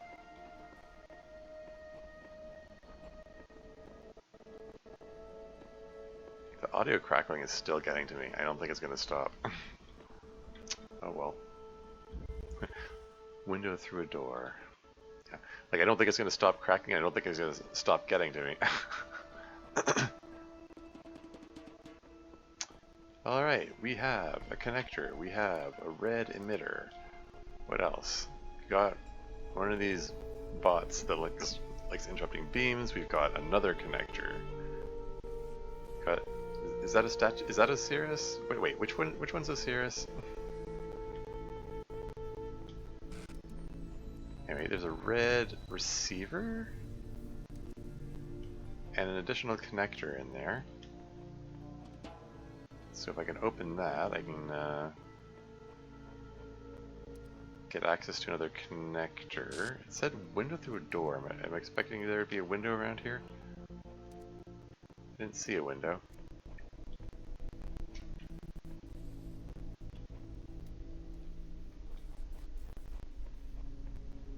Looks like the only path between emitter and receiver is interrupted by that bot.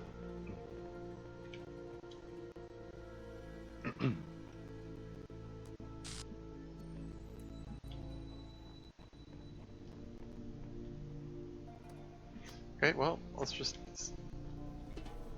put these connectors to work and see what happens. I mean, how long does it take for this thing to open up? Okay, it opens quickly, so I can rush in here and grab the connector before the bot. Oh, what's this? QR code? I just don't understand this one. I figured I'd try and make some progress here, but honestly it's just such a thankless task compared to what else is out there at version 17.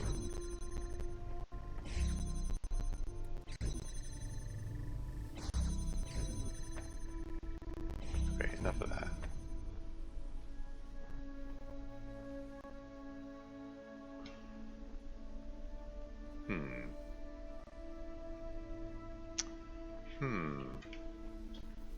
can I... Ow. Can I position this thing such that... Yeah. Such that it has a clear view with that connector and can also see through the window? And the answer is yes, I can. I don't see what that gets me, though.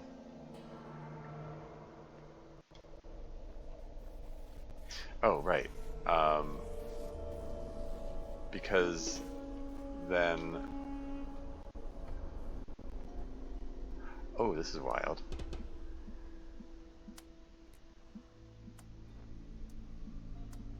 If I set this here, it opens the force field,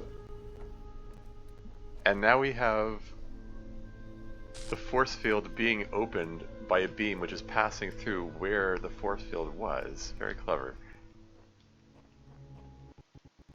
And from there I can connect it with this. And it's one of those slow activation force fields, so you definitely have to do it that way. Because the bot will mess things up. Oh, okay, we've got an elevated sigil this time.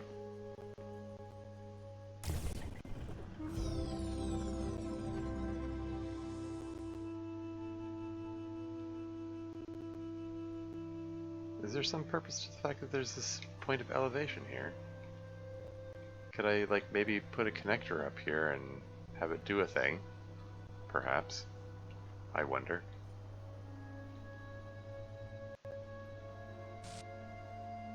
I don't know. It's just very conspicuous. And I try to keep an eye out for conspicuous things that look like, I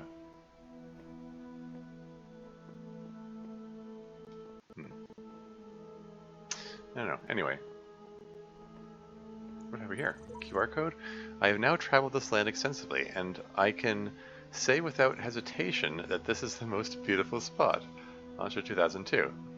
Version 99. Yeah, so that's another... Oh.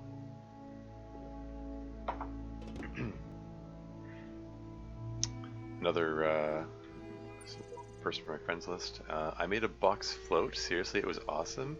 8 version 42. You have life, the universe, and everything.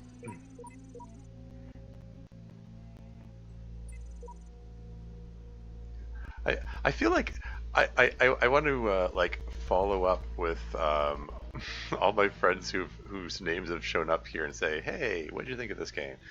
Maybe I should wait until I finish the game first.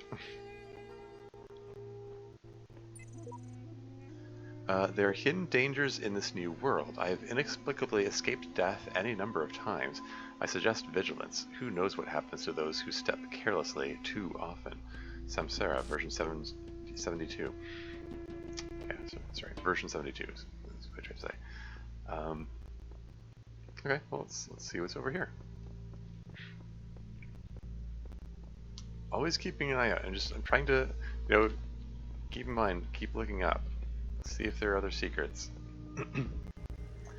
Third wheel.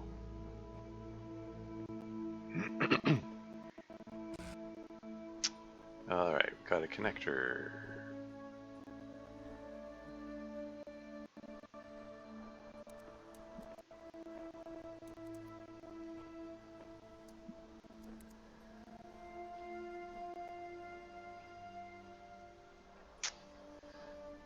Okay, I'm just briefly wondering to myself, what if if I turn it down to like minimal settings, would that help the audio crackling issue? And I don't know. I mean, it wasn't crackling the first set. I don't know. I feel like I want to replay. I mean, replay the video for my first session of this and see, just confirm that. I'm sure it wasn't this bad. But whatever. Let's connect that emitter to that receiver. Open that up. See what's in here. We've got another connector.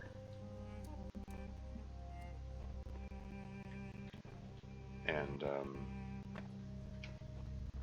over here is another connector. can I position this so that I don't cross the streams? Let's just put this one as far back as possible.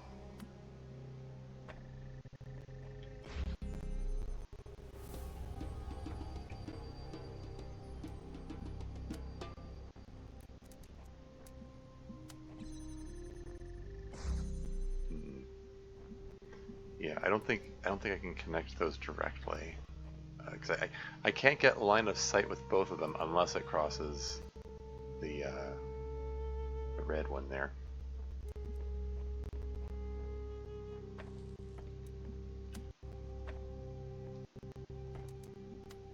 If I have both of these here, I can open this up, and then there's a pressure plate.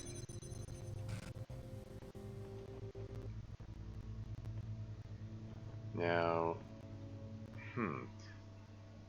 there's got to be, okay, if I can elevate one of these connectors, then I can do it with one less connector. You know, I just need to avoid crossing the streams. That's the main thing.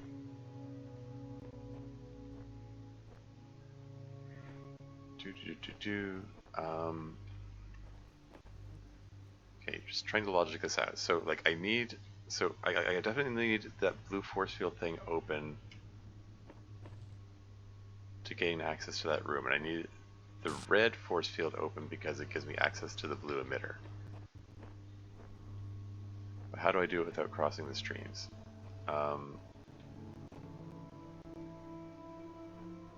Because I think I need to take one of these connectors into this room to set down on the pressure plate.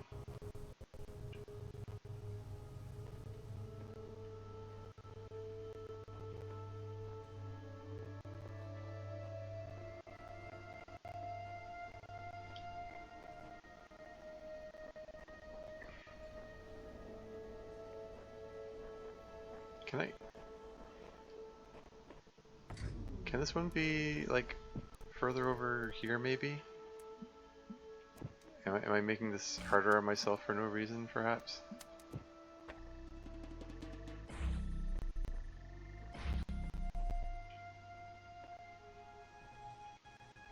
Okay, so there is a position which is in both their views, which doesn't cross the red beam. Okay, yeah, no, so I was just making it more difficult for myself for no reason. I misjudged the dimensions of the area.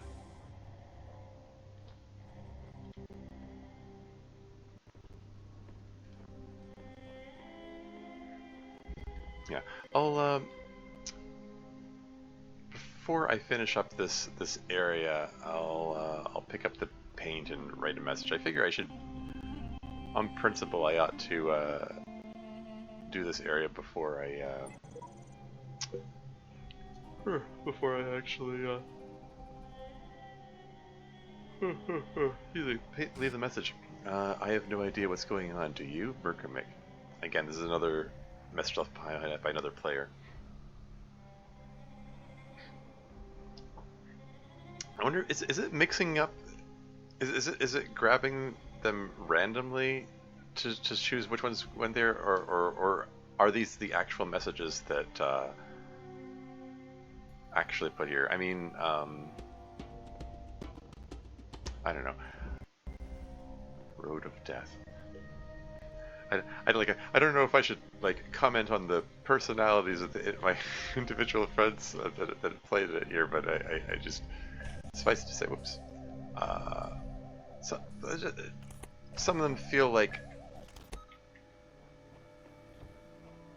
the things that these people would say is all I'll say. Anyway, okay, so if I unjam this, is this gonna rush off and blow up one of the miniguns over there? I can climb the ladder to get over there. I don't know. Thing is, I won't be able to get back if I... Oh, or maybe I can get back. Okay. What's this one called again? Something about... What of Death? Road of Death. Oh. I was gonna shoot. Can those shoot me from there? I guess. Well, I guess it can't shoot me from there. That road there down there is the road of death, I suppose.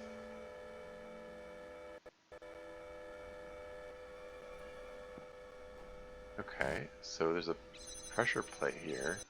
It opens the force field. But I would need to be able to bring the cube over to use on the pressure plate, and I can't carry the cube up the ladders. We got a QR code here. It says Epitaph, child program version 7.2, codename Samsara, terminated here. What? Logic, program timed out, file memory dump, but I was stuck. What was I supposed to? I see clouds. Progeny program Samsara 72 series. Program timed out.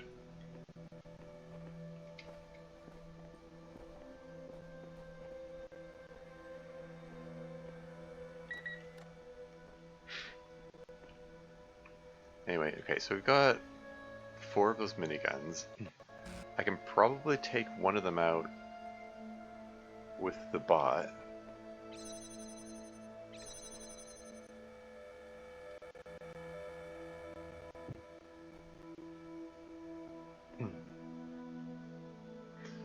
Okay, take one of them out with the bot and then use the jammer to jam the other one? And jam another one? Maybe I only need to jam 2 of them and then I can run across? Would that work?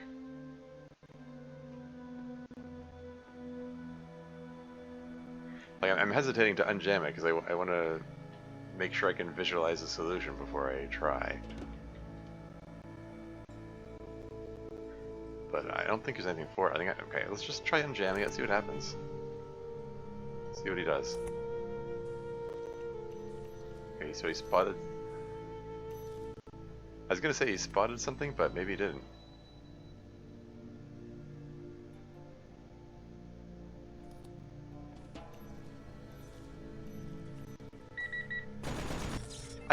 I clicked it.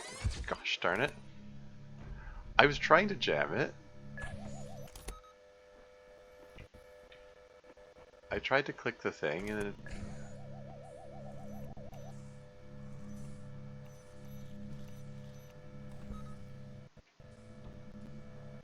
Maybe I can just do this in steps?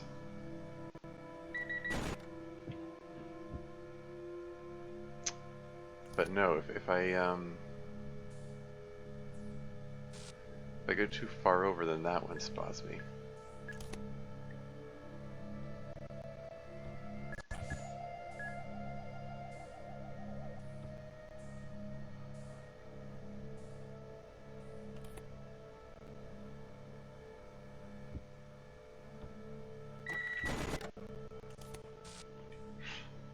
Yeesh.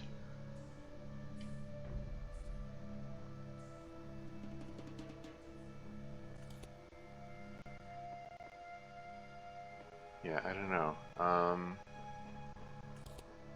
Like I can deactivate. I can deactivate one of the miniguns, but yeah, just the one. So what am I missing here? Can I mean, I can...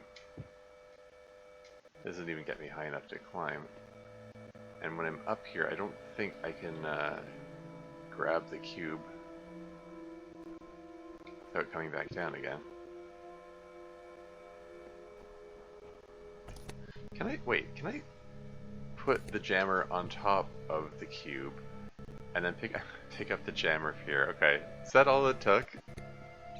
And then I can put the jammer on the pressure plate? Okay.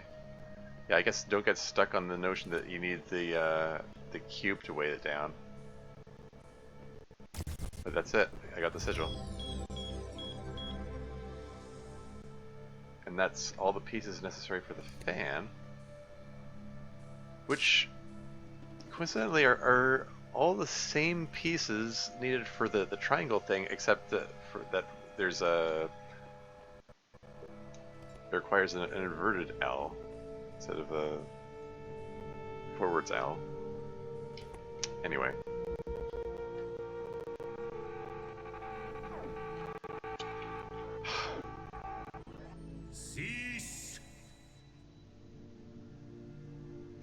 Sorry, that freaked me out. That the sound of the screaming, that is from Serious Sam.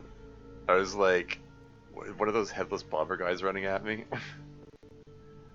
Serious Sam has enemies that are, I don't know. They're very uncomfortable in concepts. They have no heads yet. They continuously scream and they run at you and they suicide at you. Like they explode at you. I might have to play Serious Sam on this channel now.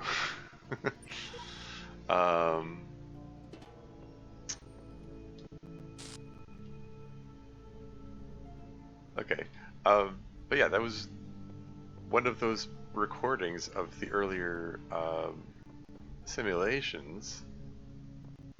And Ellen told him to cease? Anyway. Okay, over the fence. Sorry, that got me a little rattled. That's cute. The cube on top of the bot. Yoink. So do I get access to the cube if he detonates himself? Like so? Yoink? Okay.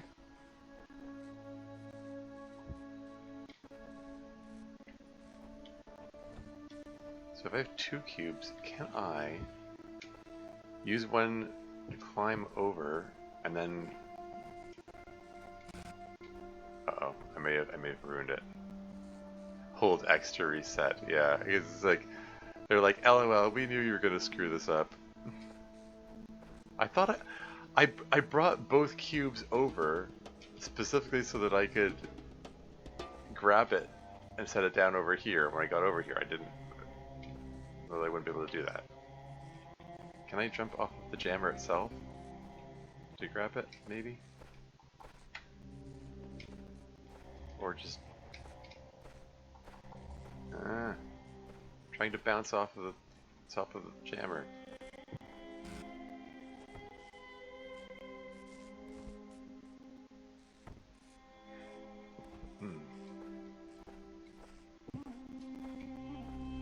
Oh, fine, I'll reset. Interesting. It's first we've seen of that feature. I mean, I'm assuming we want to blow that thing up, right?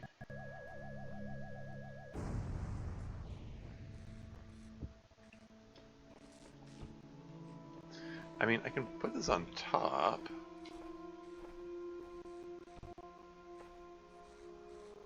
Ah, okay. I'm supposed to carry it with me as I jump over derp. Silly me.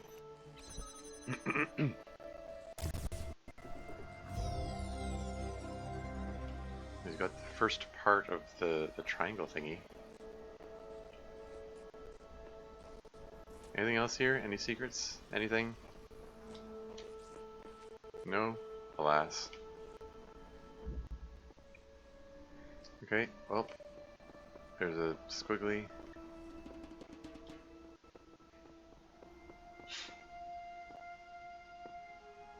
That's the way out. So yeah, I guess this way.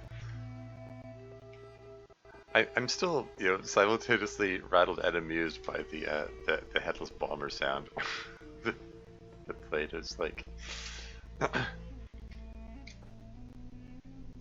silly Croteam.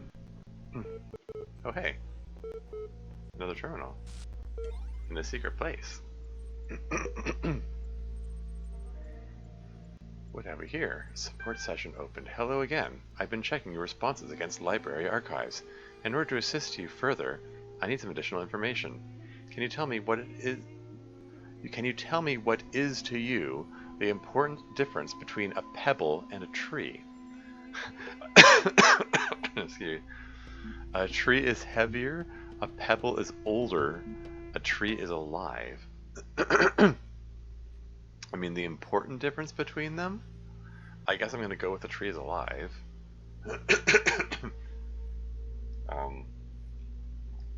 Like a pebble is a rock. So yeah, let's go with the tree's alive. I think that's the kind of answer that most people would give.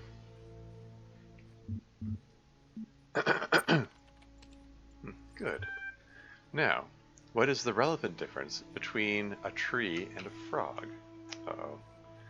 I think we're...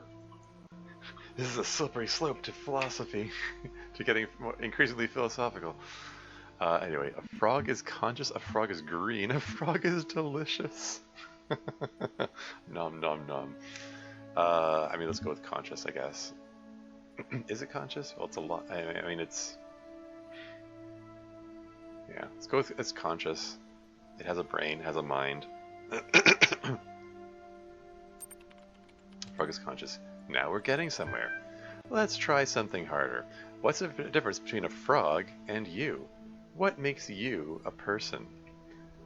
Ooh, and my options are: I have feelings, I am rational, I am self-aware, or nothing important. Frogs are people too.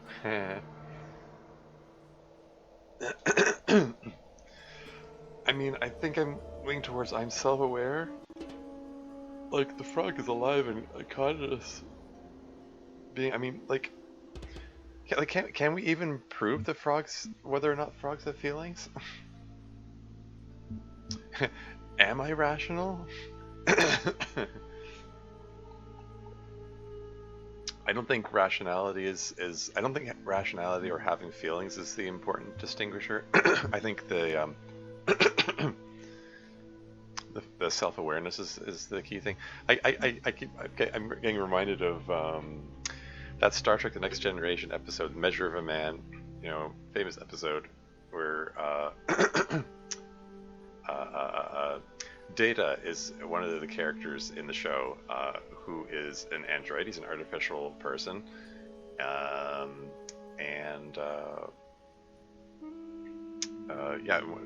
the episode Measure of a Man.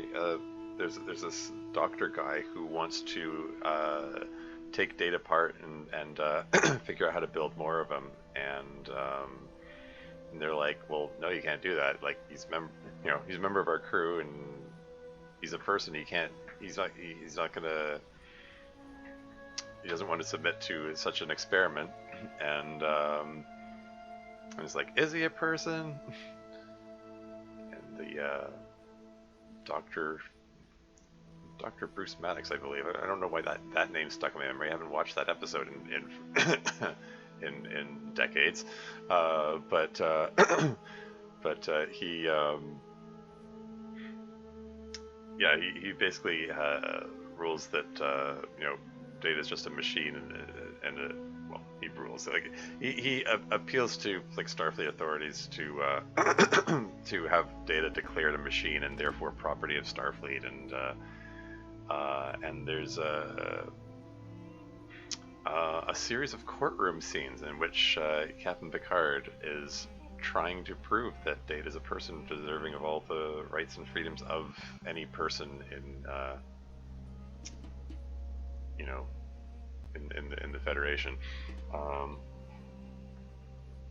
and that the question of what defines a person comes up, and it was I think it was intelligence, consciousness, and self-awareness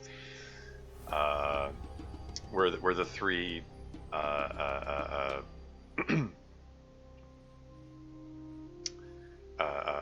descriptors that Dr. Maddox uses to define sentience.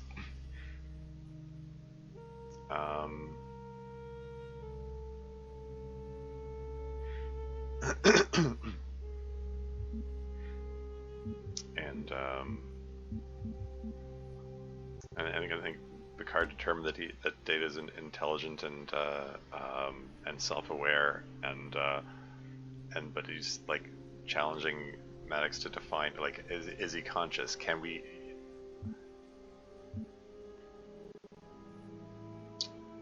Like, is he conscious? What if he?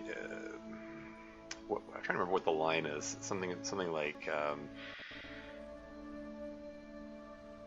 Anyway, I'm rambling on here. I should just I'm gonna go quick. I'm self-aware. That is the answer I've been contemplating as well. Checking user.prof done. Though I'm not convinced that I'm not convinced that view lines up with the definition of a person you provided earlier. Hey, well, you told me I had to rush my answers, darn it. So screw you. Anyway, still, doubting your assumptions isn't something to fear. It's an intellectual survival instinct. I'm pleased to see you adapting your ideas to your environment. Let's take stock. I think we can tentatively conclude two things. 1, a person must be rational or self-aware. 2, a person must be conscious. Hey, there you go. Rational in the place of intelligence? What I suggest we do to help resolve your problem is ask whether you are in fact those things. Are you aware of yourself? Can you rationalize your existence?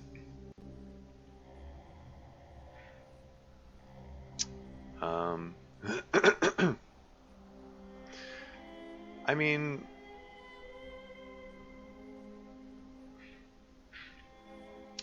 like,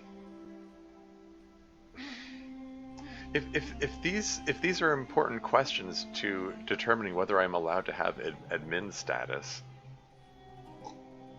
then why did they put the time pressure and say answer these as soon as possible and so on? and don't give me time to think about it. If I'm being measured for my ability to to think and reason out, reason things out, then surely I should be given time to think about the answers to those questions and not give impulse answers. Like, I sort of feels like giving impulsive answers is going to lead one to give incorrect information. And this reminds me of those it's like those CAPTCHA things, that where they try to determine if if you're a robot, or if you're if you're a bot, trying to whether it's like creating an account or logging into something or whatever. Previous versions of the CAPTCHA, and CAPTCHA is apparently an acronym in itself. I don't recall what it stands for offhand, but previously it would show a bunch of letters or numbers with like static overlaid on them. The idea being that a human will be able to interpret the letters and numbers through the static, but a machine will not. And that turned out to be faulty, because it turns out that machines are actually better at determining what the letters and numbers are than people. They're actually able to succeed at it more frequently than the average human. So they switched it up to the those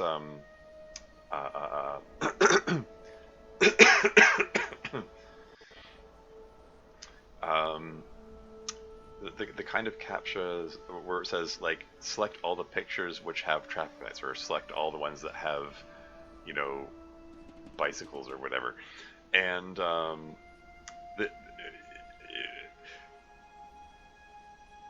what is in the image is actually irrelevant to those CAPTCHAs.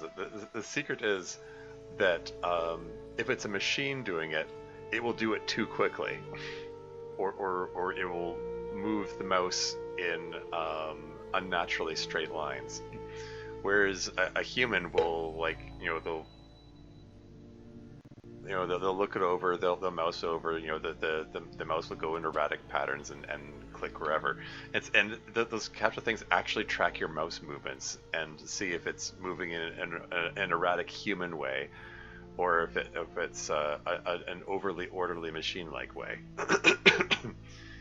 Which seems to me like that would be easy to defeat if you just program the bot to move the mouse erratically, but I don't know. Maybe there are extra layers of security in that I'm unaware of.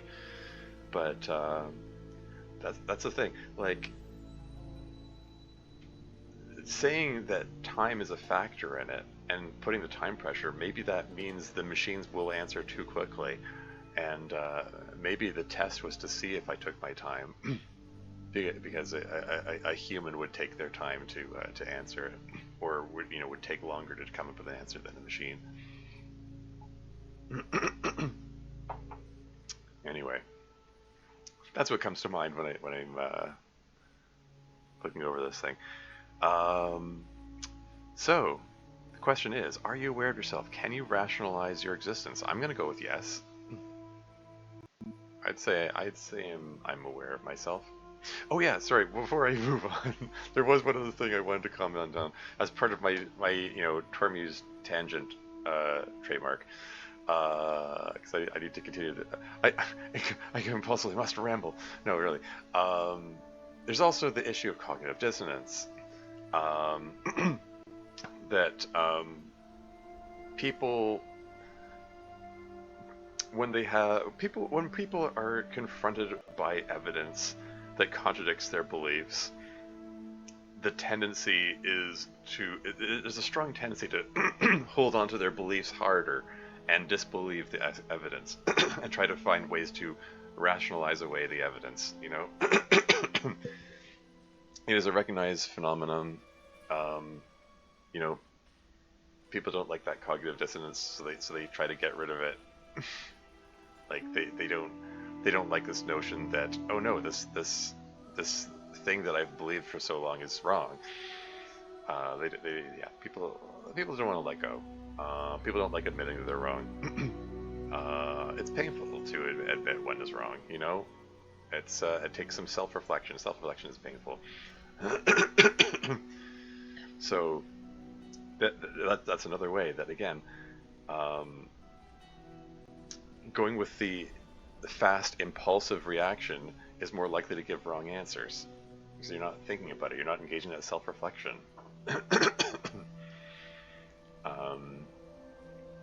So yeah, I don't know. Like, it just feels like if that test was supposed to determine, whether I'm sentient, whether I'm self-aware, whether I'm conscious, whether I'm whatever, whether I'm rational, it feels like a flawed test. But then again, we haven't seen the end of it, so maybe there's more to it.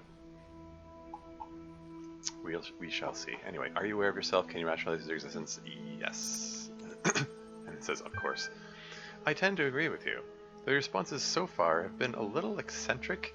I am resigned to admit that you are right. The matter of whether or not you are conscious seems rather more elusive.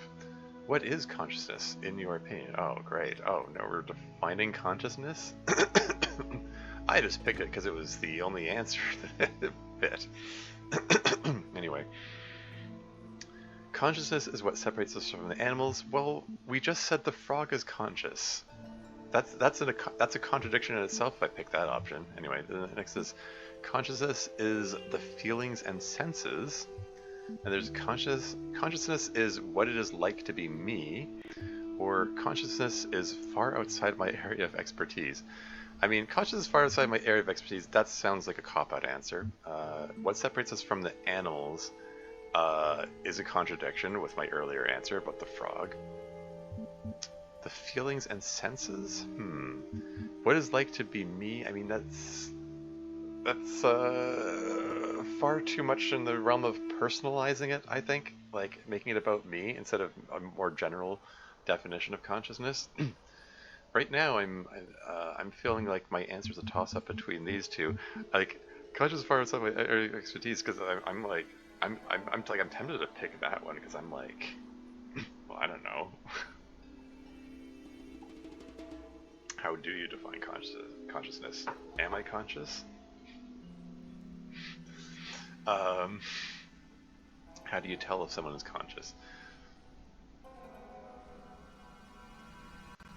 How do you tell if someone's conscious? I mean, see, some humans, like, you watch them and you're like, what are you doing? Like, what are you thinking? Are you thinking? Seeing the way certain people live their lives, Are you conscious of what you're doing?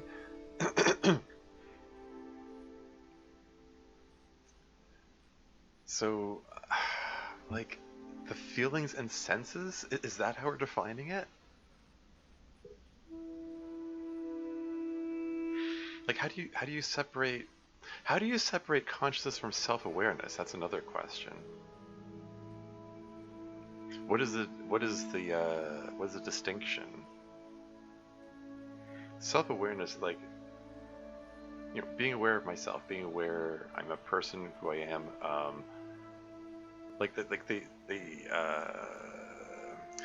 They talk about the, you know, like experiments where they put an animal in front of a mirror and see if the animal figures out that that's a reflection, that the mirror is a reflection. Like there's a talk about you know, like putting a spot of paint on a gorilla's nose and then showing it a mirror and seeing if it figures out that, oh hey, that spot on the nose of my reflection is on my nose too. You know, as a random example.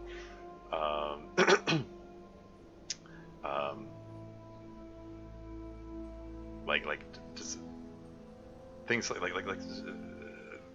is there, do beings have an awareness of self? I mean, I guess that's different from consciousness. In there, yeah. Consciousness is the feelings and senses. Is that how we're defining it? I mean, compared to unconsciousness.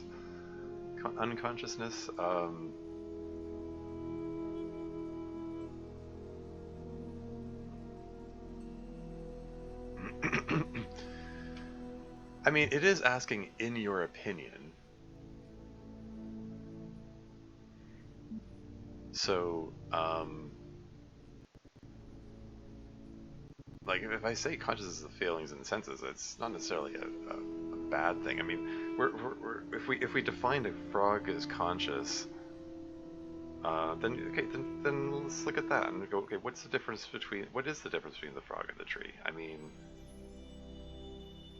like, the frog is alive and moves around. It has a brain that controls its body, that allows, you know, and it controls its muscles and lets it move around. It has eyes that see and ears that hear. It can feel things. I mean, like tactfully feel things. Whether or not it has emotions is another issue. I'm sure it can feel like afraid if something scary comes, but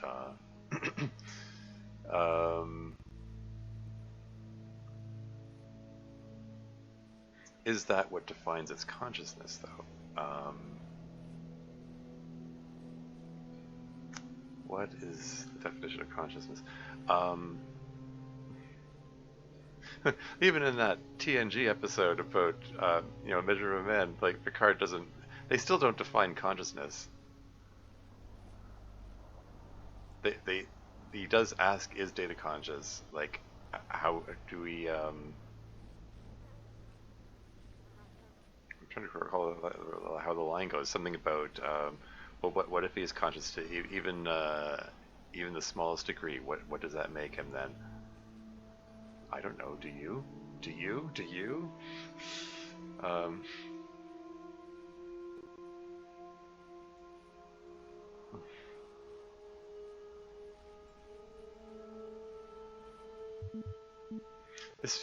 Like, I'm tempted to go with consciousness as far as my area of expertise. It just feels like such a cop-out answer. But I don't feel like any of these answers fits otherwise. Like, even if we hadn't already picked the frog as consciousness earlier, I wouldn't feel comfortable picking consciousness as what separates us from the animals. Yeah, and consciousness is what it's like to be, in addition to non-generalize the answer, it doesn't, it's so vague, it's meaningless. But saying feelings and senses doesn't feel like it sufficiently encompasses a definition of consciousness. I'm gonna go with as far outside my area of expertise. I'm excited. That hardly answers the question. What is it in ordinary terms? Can I touch it? What is it made of?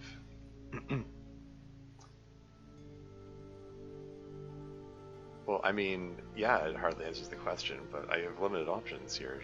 Anyway, we've got consciousness made of neurons, or consciousness is another word for the soul. Okay, consciousness is beyond the laws of physics, or consciousness is a complex functional system. Okay, a complex functional system is an answer that I can get behind, I think.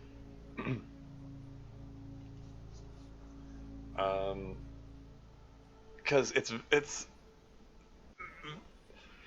vague enough yet specific enough. I mean, it's got that right place in the spectrum of vagueness to specificness, I guess. Saying it's made of neurons doesn't feel sufficient. I mean, and it's the brain doesn't operate through neurons alone. It's the neuroglial cells which facilitate connection between neurons are important. And it's said that it's not just about like neuron density that makes up intelligence. It's the connectivity between them. I think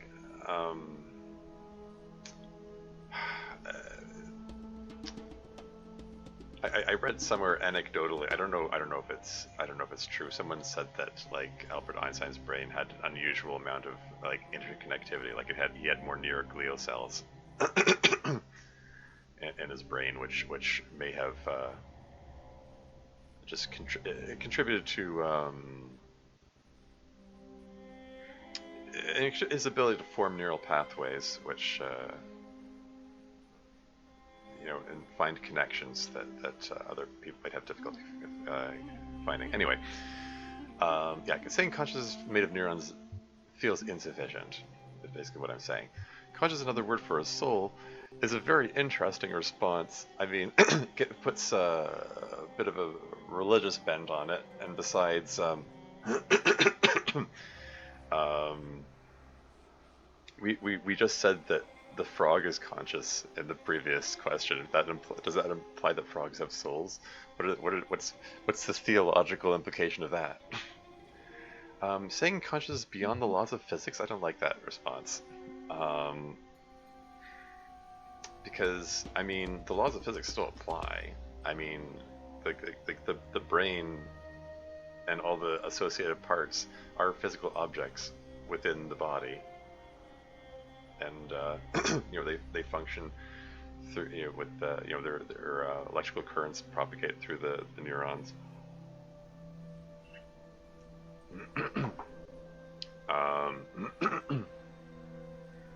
Like there are physical and chemical processes that go on inside the brain to make it work. It wouldn't be accurate to say it's beyond the law of physics. I don't think that would make sense. Anyway, yeah. The clear winner here is consciousness is a complex functional system. I'm just I said that right from the beginning. I want to overthink it because that's how I roll. Interesting. Thinking. I really feel like we're making progress. We'll have you through that certification program in no time. In the meantime, I'll mull over your proposal and notify you if I come to any conclusions. Terminating support session, done. Resuming library archive session, done. List. And we've got 3 more text files in this secret terminal. One from 2028, 3 years from now, August 29th, mutation.html. What do we got here? The role of mutation in evolution is particularly fascinating. Mutation is essentially an error in the organism's central database. A variable gets changed. A piece of information is accidentally doubled or combined with another. Most of the time, the result is the equivalent of a bug, causing anything from minor problems to complete system shutdown, i.e. death. But sometimes the new information is functional, giving the organism an advantage against the challenge it faces, in which case it has a much higher chance of being passed to the next generation. If you consider how unlikely a beneficial mutation is, and how long it takes for such a mutation to propagate, this process can give you an amazing insight into just how vast the genetic history of each living organism glitch text. Glitch text, overwrite, glitch text, glitch text. Simultaneously, it is intriguing to consider that what a major role random errors have played in the evolution of life itself. The same process that has killed so many of us, often in horrific ways, is also responsible for our very existence. Yeah. I mean, yeah. That's the thing. Mutation is random. And I'm immediately brought to mind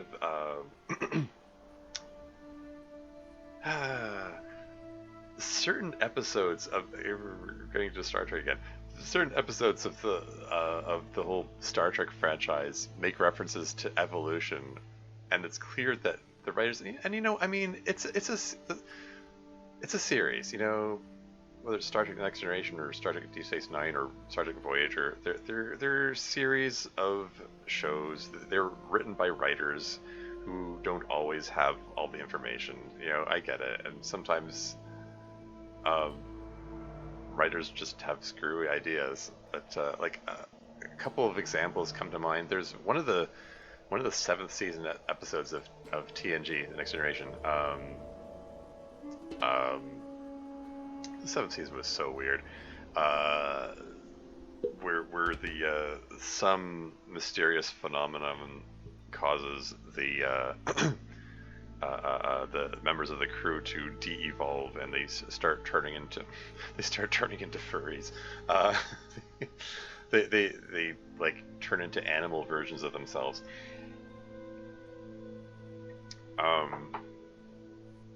Which has all kinds of implications. I'm not even going to get into right now. Nothing in that episode makes any sense. Someone wanted to write a horror episode, basically.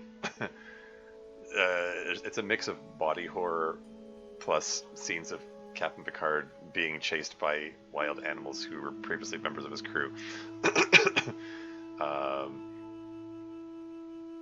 It was a weird episode.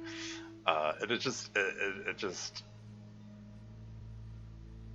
it makes no sense from the what is this word de-evolving? Like, evolution is random. Mutations are random. It's like mutations occur like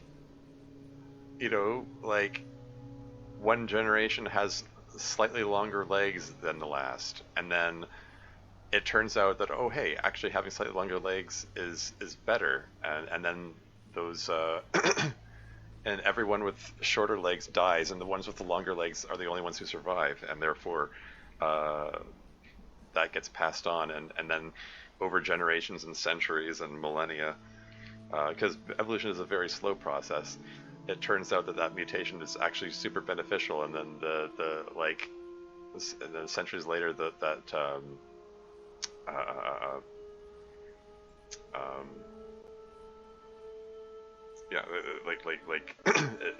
just maybe they get much longer legs over the centuries, or hey, it could go in the other direction. Maybe having shorter legs turns out to be more beneficial. Maybe they can hide better, and then that's the species that survives, and the bigger ones die out. Maybe being shorter is more energy efficient.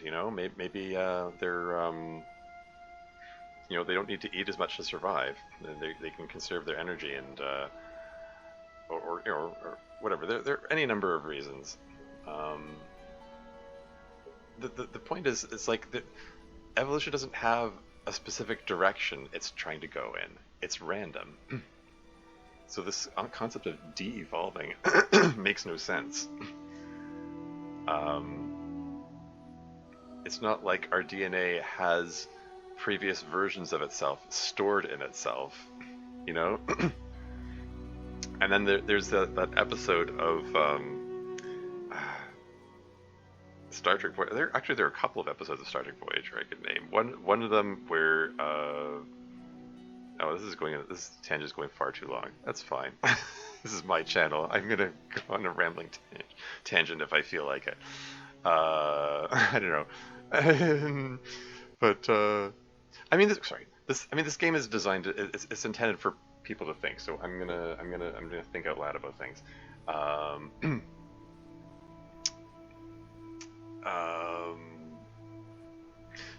Okay, there's a Voyager episode where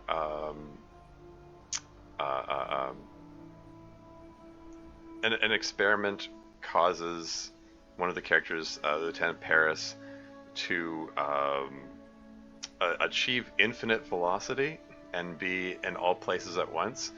And something about this process causes him to experience accelerated evolution. Like, what? It makes no sense. It causes him to spontaneously evolve into another creature. Again, none of that makes any sense. Evolution doesn't have a direction. It's random. That was a weird episode. And then the other one is even more into the realm of absurd. It makes no sense on any level. It's implied that sometime in the ancient past there was a race of dinosaurs on Earth that achieved sentience and superior technology to humans, and built ships to go off into space, and then they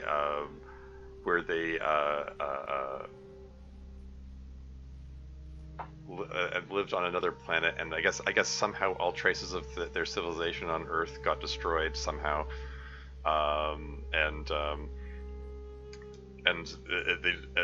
the Voyager crew determines that these lizard-like people on this other planet are actually originated from Earth somehow, and they are evolved versions of some ancient dinosaur, and again they go through this process of telling the computer to project what would this dinosaur look like if it evolved into into a humanoid form, and it's like, there's no way you could determine that, because again, evolution is random. Like, they didn't even phrase it that way. They didn't even phrase it like, what if it evolved into a humanoid form? It just said, okay, what if this dinosaur evolved? What would it look like? And it's like, evolution depends on the environment, like random example, in polar regions, animals tend to be white because they need to blend in with the snow. Polar bears are white, like seals are white. They're Arctic hares, which are white, whereas their counterparts in other areas might be brown or gray. If they weren't in Arctic regions, but living in the Arctic region, being white in color is an advantage because you blend with the snow. Like, you can hide more easily. Like, if you're a predator, that helps you hide from your prey, so that your prey doesn't see you sneaking up on them.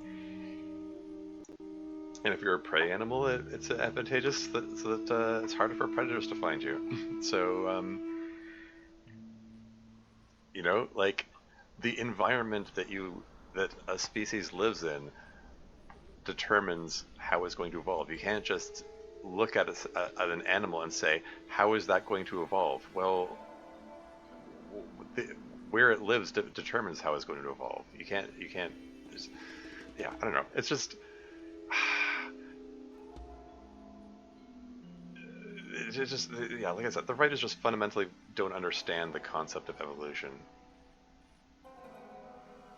Yeah, and that sort of ignorance is getting worse, to be honest. Not to go into the realms of politics here. Like there's a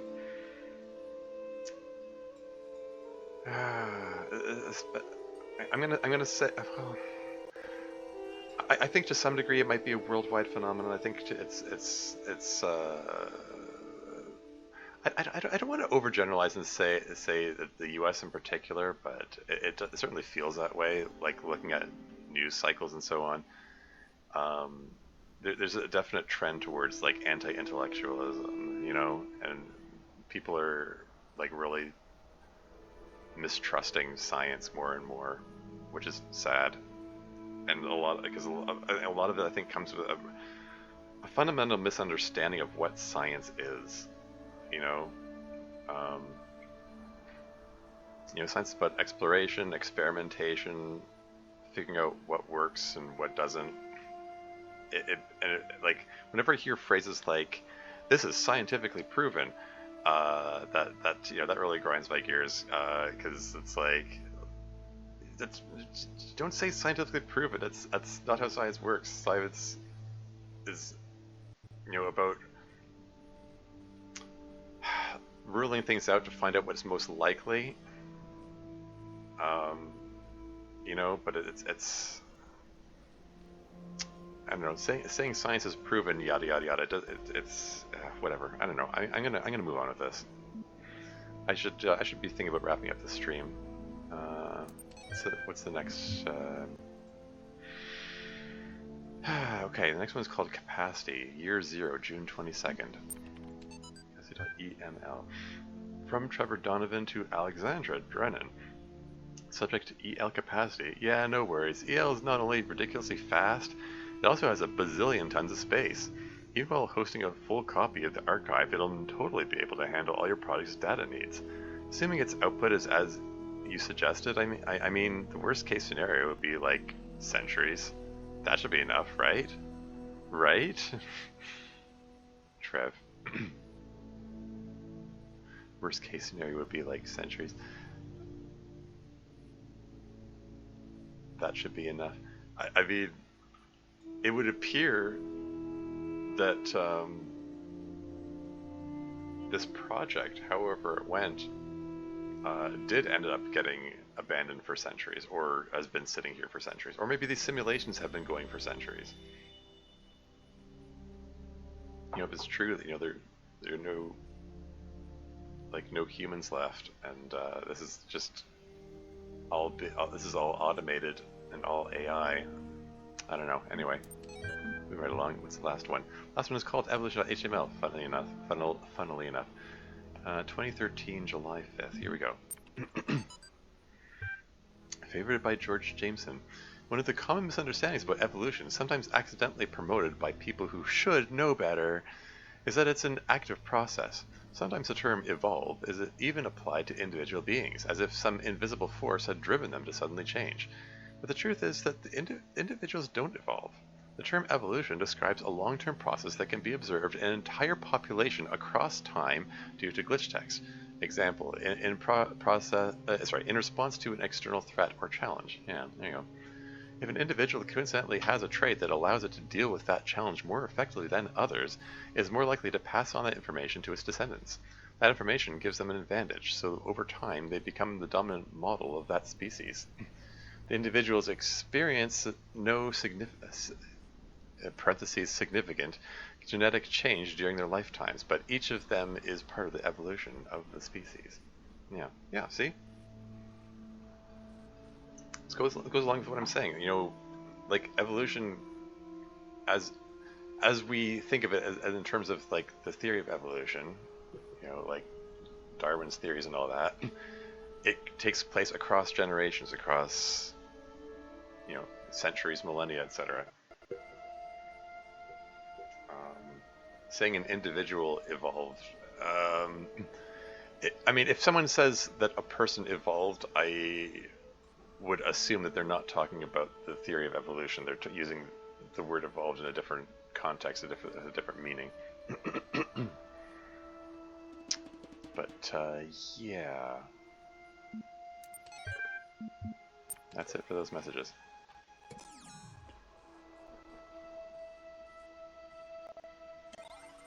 There's nothing else here, right? It's just the 3 messages again? Okay, it booped again, I wasn't sure. Okay. But hey, checking out these optional areas paid off. I found another terminal. Is it worth checking the others? These other,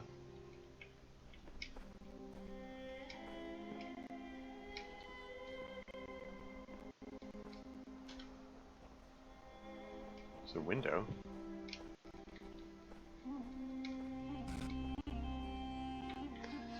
It's worth checking out. Like if I see something like a connector or something, maybe, then I'll go, aha, that's something significant, and maybe I can do something with that. Which is one that I. Okay, so I've looked at 3 of these things so far, right? These ledges, I mean. That's back the way I came. That was the one I checked first. I didn't look up here.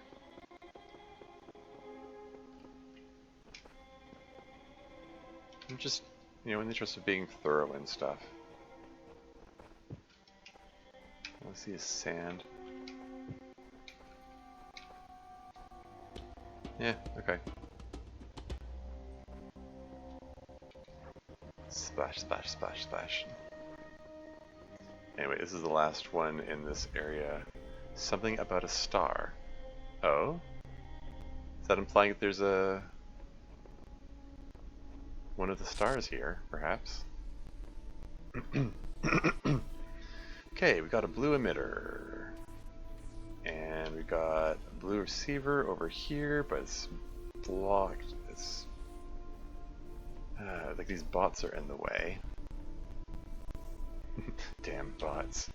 Over here there's a red receiver. The force field with a star behind it. Oh, okay. A red receiver but no red emitter.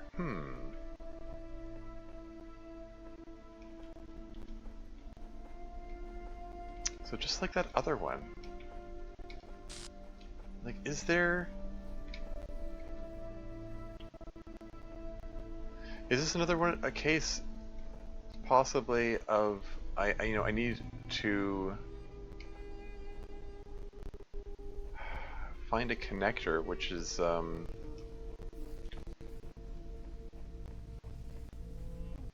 like an elevated position outside of the puzzle. The crackling is getting worse. That's bugging me. Like the vision, maybe the visual and audio crackling is part of the simulation glitching. Yeah, there we go. Anyway, if I connect this way, I can at least bypass one of the bots. But okay, yeah, it's not sufficient.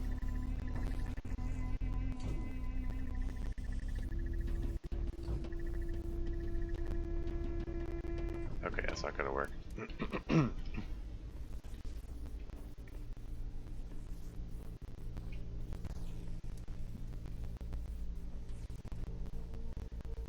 Can I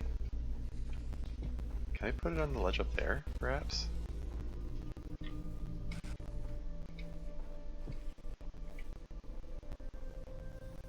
Oh, okay.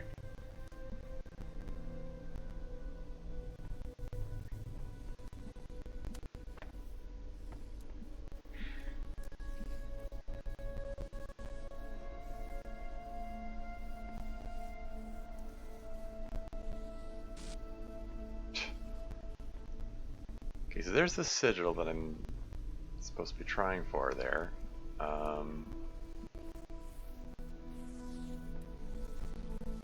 Can I position this such that... I'm wondering if I could put it so that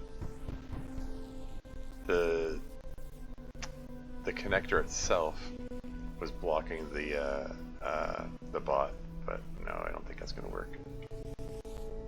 Not with this one either.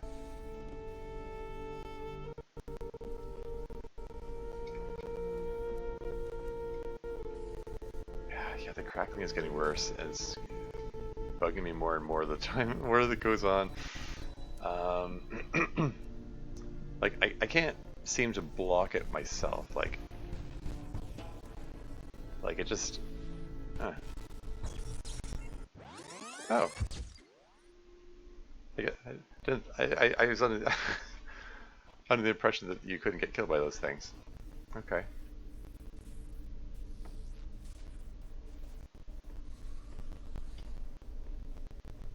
I think I restarted the music.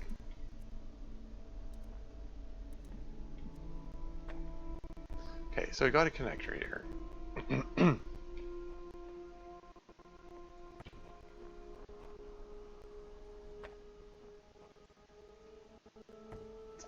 Yeah, I think my first thought is it needs to be elevated so it's yeah,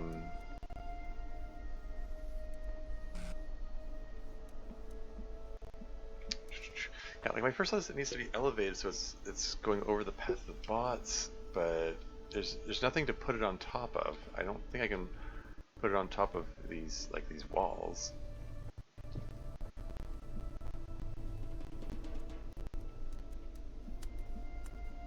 I'm guessing that's not going to do anything, right? Yeah, that's what I figured. Is there any possibility of bringing a beam in from somewhere else? I'm just waving this around to see if it gives an option to connect to anything. Like the fact that there's a red receiver here, even though there's no red emitter.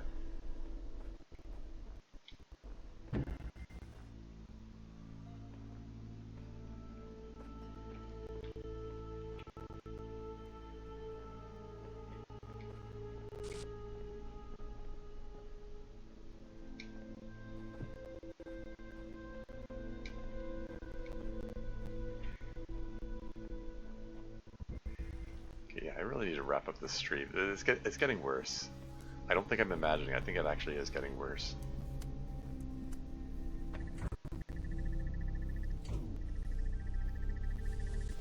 You jerk, bot. Huh, stay. Stop interrupting the beam.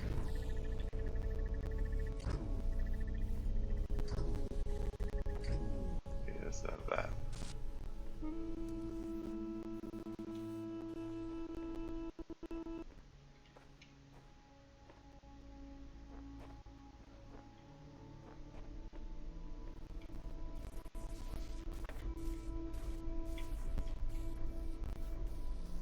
Like if I had a second connector, or a second anything really.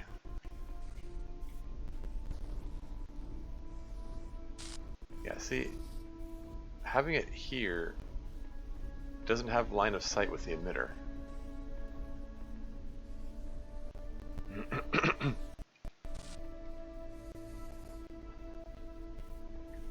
If I had something that I could interrupt the path of the bot with, like so, then I'd be able to do this easily. And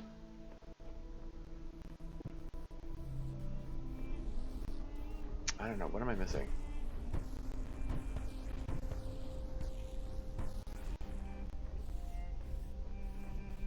Like, I can't connect the connector to the bots themselves.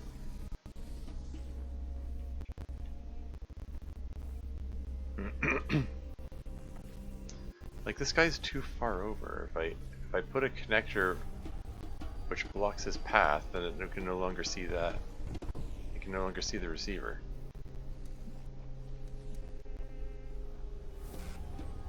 So what am I missing here? This might be another one which it's not solvable with my present equipment. Like maybe I need to come back here.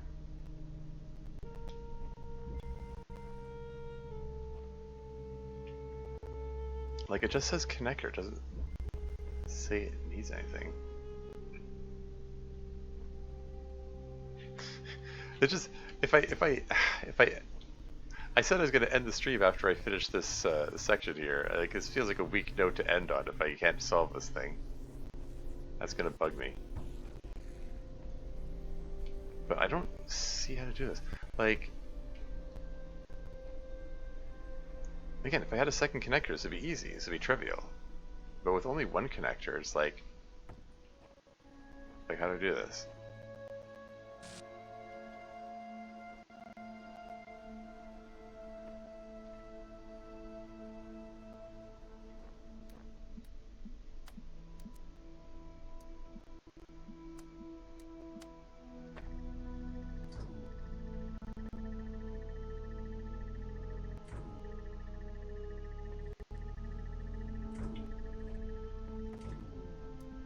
Like, if I had it.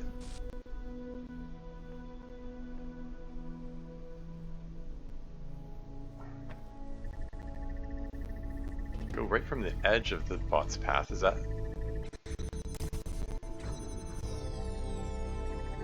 Okay, is that all it took?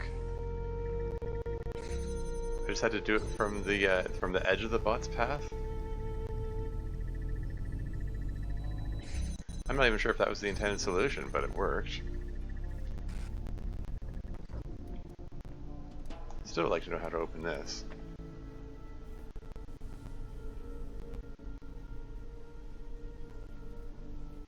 Like, there's nothing in this room which is relevant to being able to figure out how to get in there. Guessing I can't actually, like, jump off. That propelled me pretty far back. Can I suppose I can use it to propel myself up in the air and, like, over the wall or something silly like that.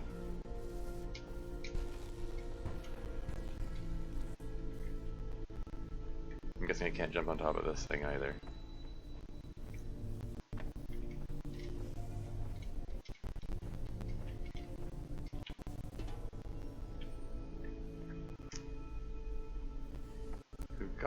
I've got a connector here. It's just I don't see anything I can connect it with anywhere. I don't know. Maybe I'll have to come back to this.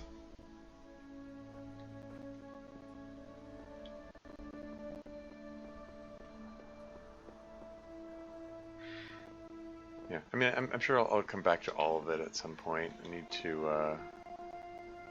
I never found the star in the first area either. Like in the first world, the first.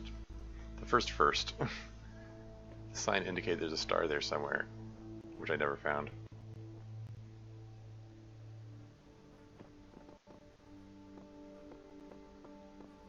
I'm just looking around. I'm being stubborn. I'm just trying to see if there was. Like this is elevated compared to no, it's at the same level as that. I guess all the puzzles are in the same level. Vertically, I mean.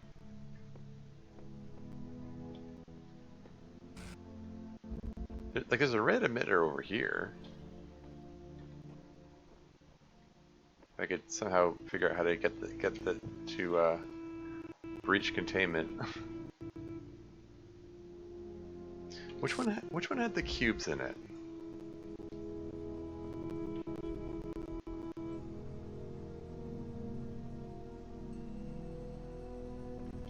So, okay, there were cubes in here. Like, I'm just curious. Like,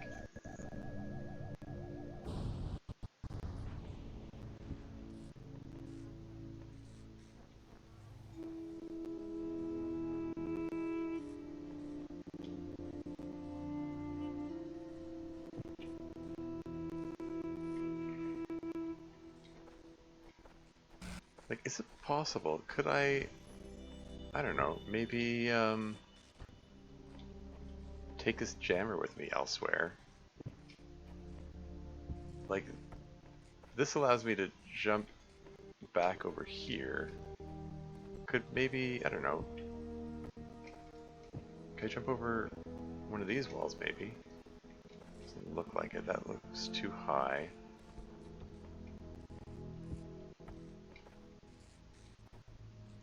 Like it could be that maybe I'm supposed to get a jammer over there. Maybe I'm not supposed to get a red beam at all. I suppose I can jam this thing, can I? No? That would be too easy, I suppose. Over the fence.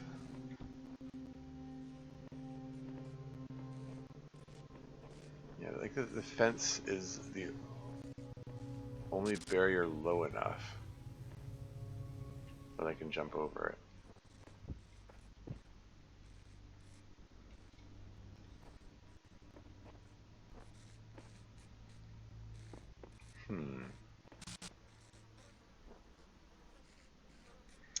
Hmm. Hmm. Hmm. Hmm.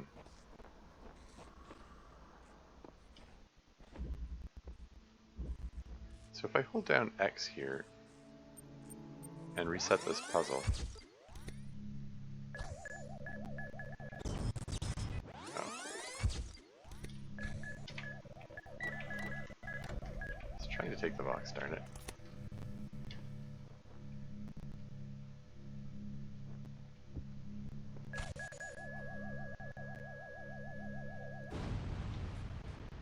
Yoink.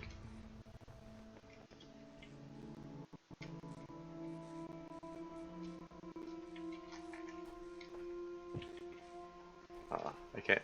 I can't just. I can't place the cube there while in midair. I can't. I can't pick it up while jumping either. Like I can't just. They're wise to my tricks. I was trying to figure out if it was possible to. Yeah, and putting the cube on top pushes me off. I was wondering if it was possible to like give myself some extra height.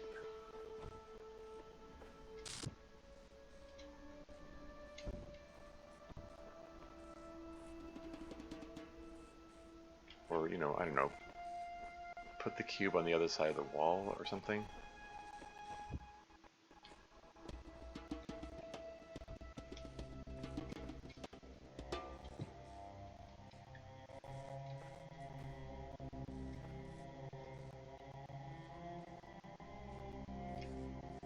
Trying to breach containment here.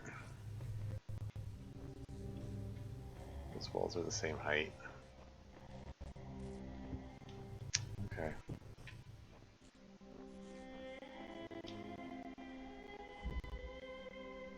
Where's the other one that requires a cube?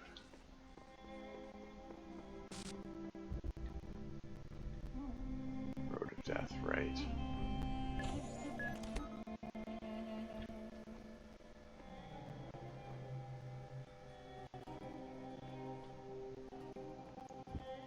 There are windows here.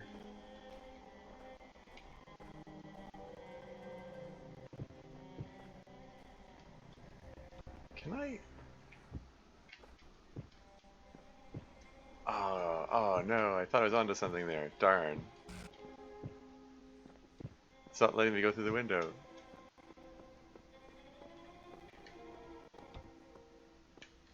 Huh.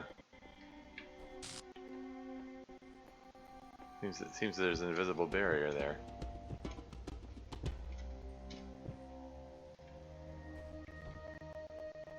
Is that the case for all of these windows? Can I crouch? Hmm.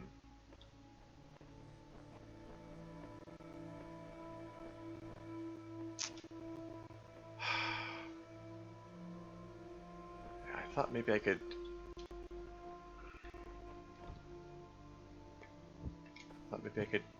escape containment here.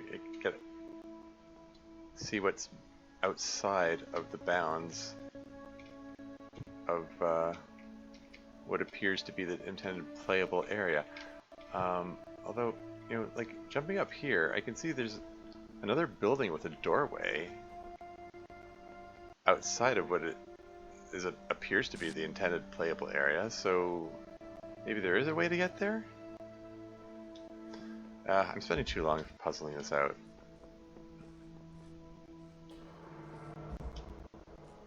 I should probably just give up on this for now and just head out.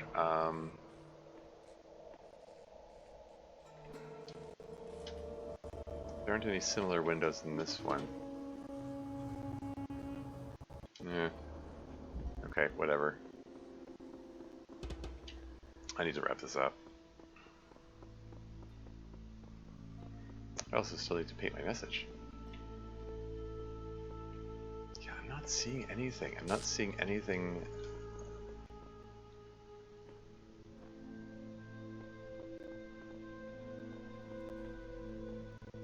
Take paint.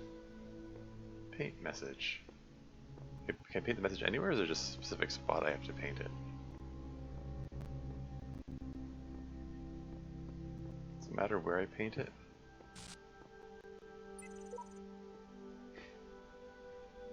Next to Zig's message, or next to Sheep's message?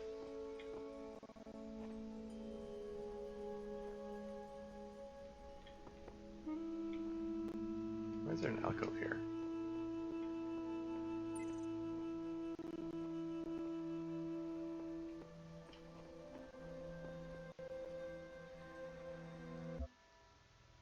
Select a message. I have no idea what's going on to you. The certification program is a sham. What does a computer know about humanity? You'll be needing a special device to solve this one. Have you tried crossing the laser beams? Am I going crazy, or do the computer terminals have a personality? Or I have traveled to the edge of the known world, though it seems to stretch on forever. Our domain is much less than we imagined. This is a new set of messages that weren't there in the previous one.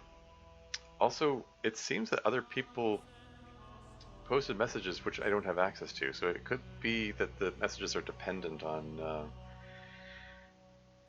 what I've selected in the sentience tests.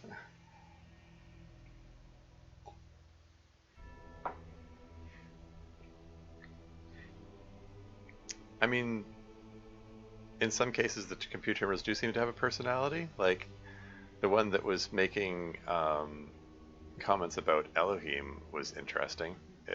It definitely it felt like a different personality than the advanced MLA messages.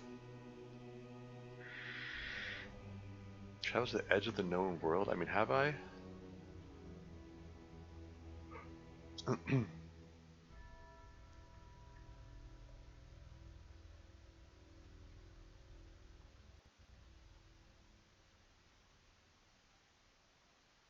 I'm tempted to go with the computer terminals have a personality one. Let's go with that. There you go. There's my QR code. Terminates version 99. Yeah. Okay, and then let's just teleport back. I'm presuming that caused it to save. The little Talos Principle symbol appeared in the corner. I'm assuming that means that the game is saved. Now I have access to the fan, presumably. But I think I'm gonna save it for another time, although, just out of curiosity. There's a reverse L block in number 3. Because I have all the parts to unlock the triangle thing except for the reverse L block, the yellow L block. And I have a sneaking suspicion that number 3, yeah, it requires a fan, so you do need to unlock it in that order. I have to do the fan first. Okay, just curious to know if it in any order. But that is something I'm going to leave for another day. Last checkpoint less than a minute ago. There we go. That suits me just fine. Yeah, still a cool game. Still give me plenty to think about and ramble about and stuff. Shall I see about who to raid? Is anyone even on this hour? Once again, I'm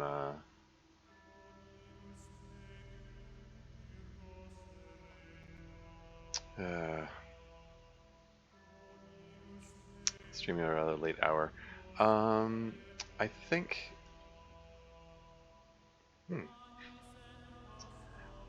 Well, Nemesis Starlin gave her a raid the other day. I could raid her back. Could also raid Sylph. Both of them have.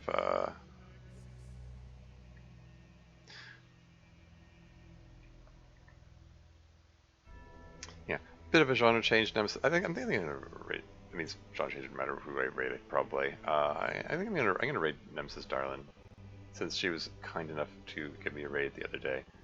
Before I do that, what's this? Notification. Oh, okay. Twitch streamer recap. It's just Twitch thing. Never mind it. Never mind that.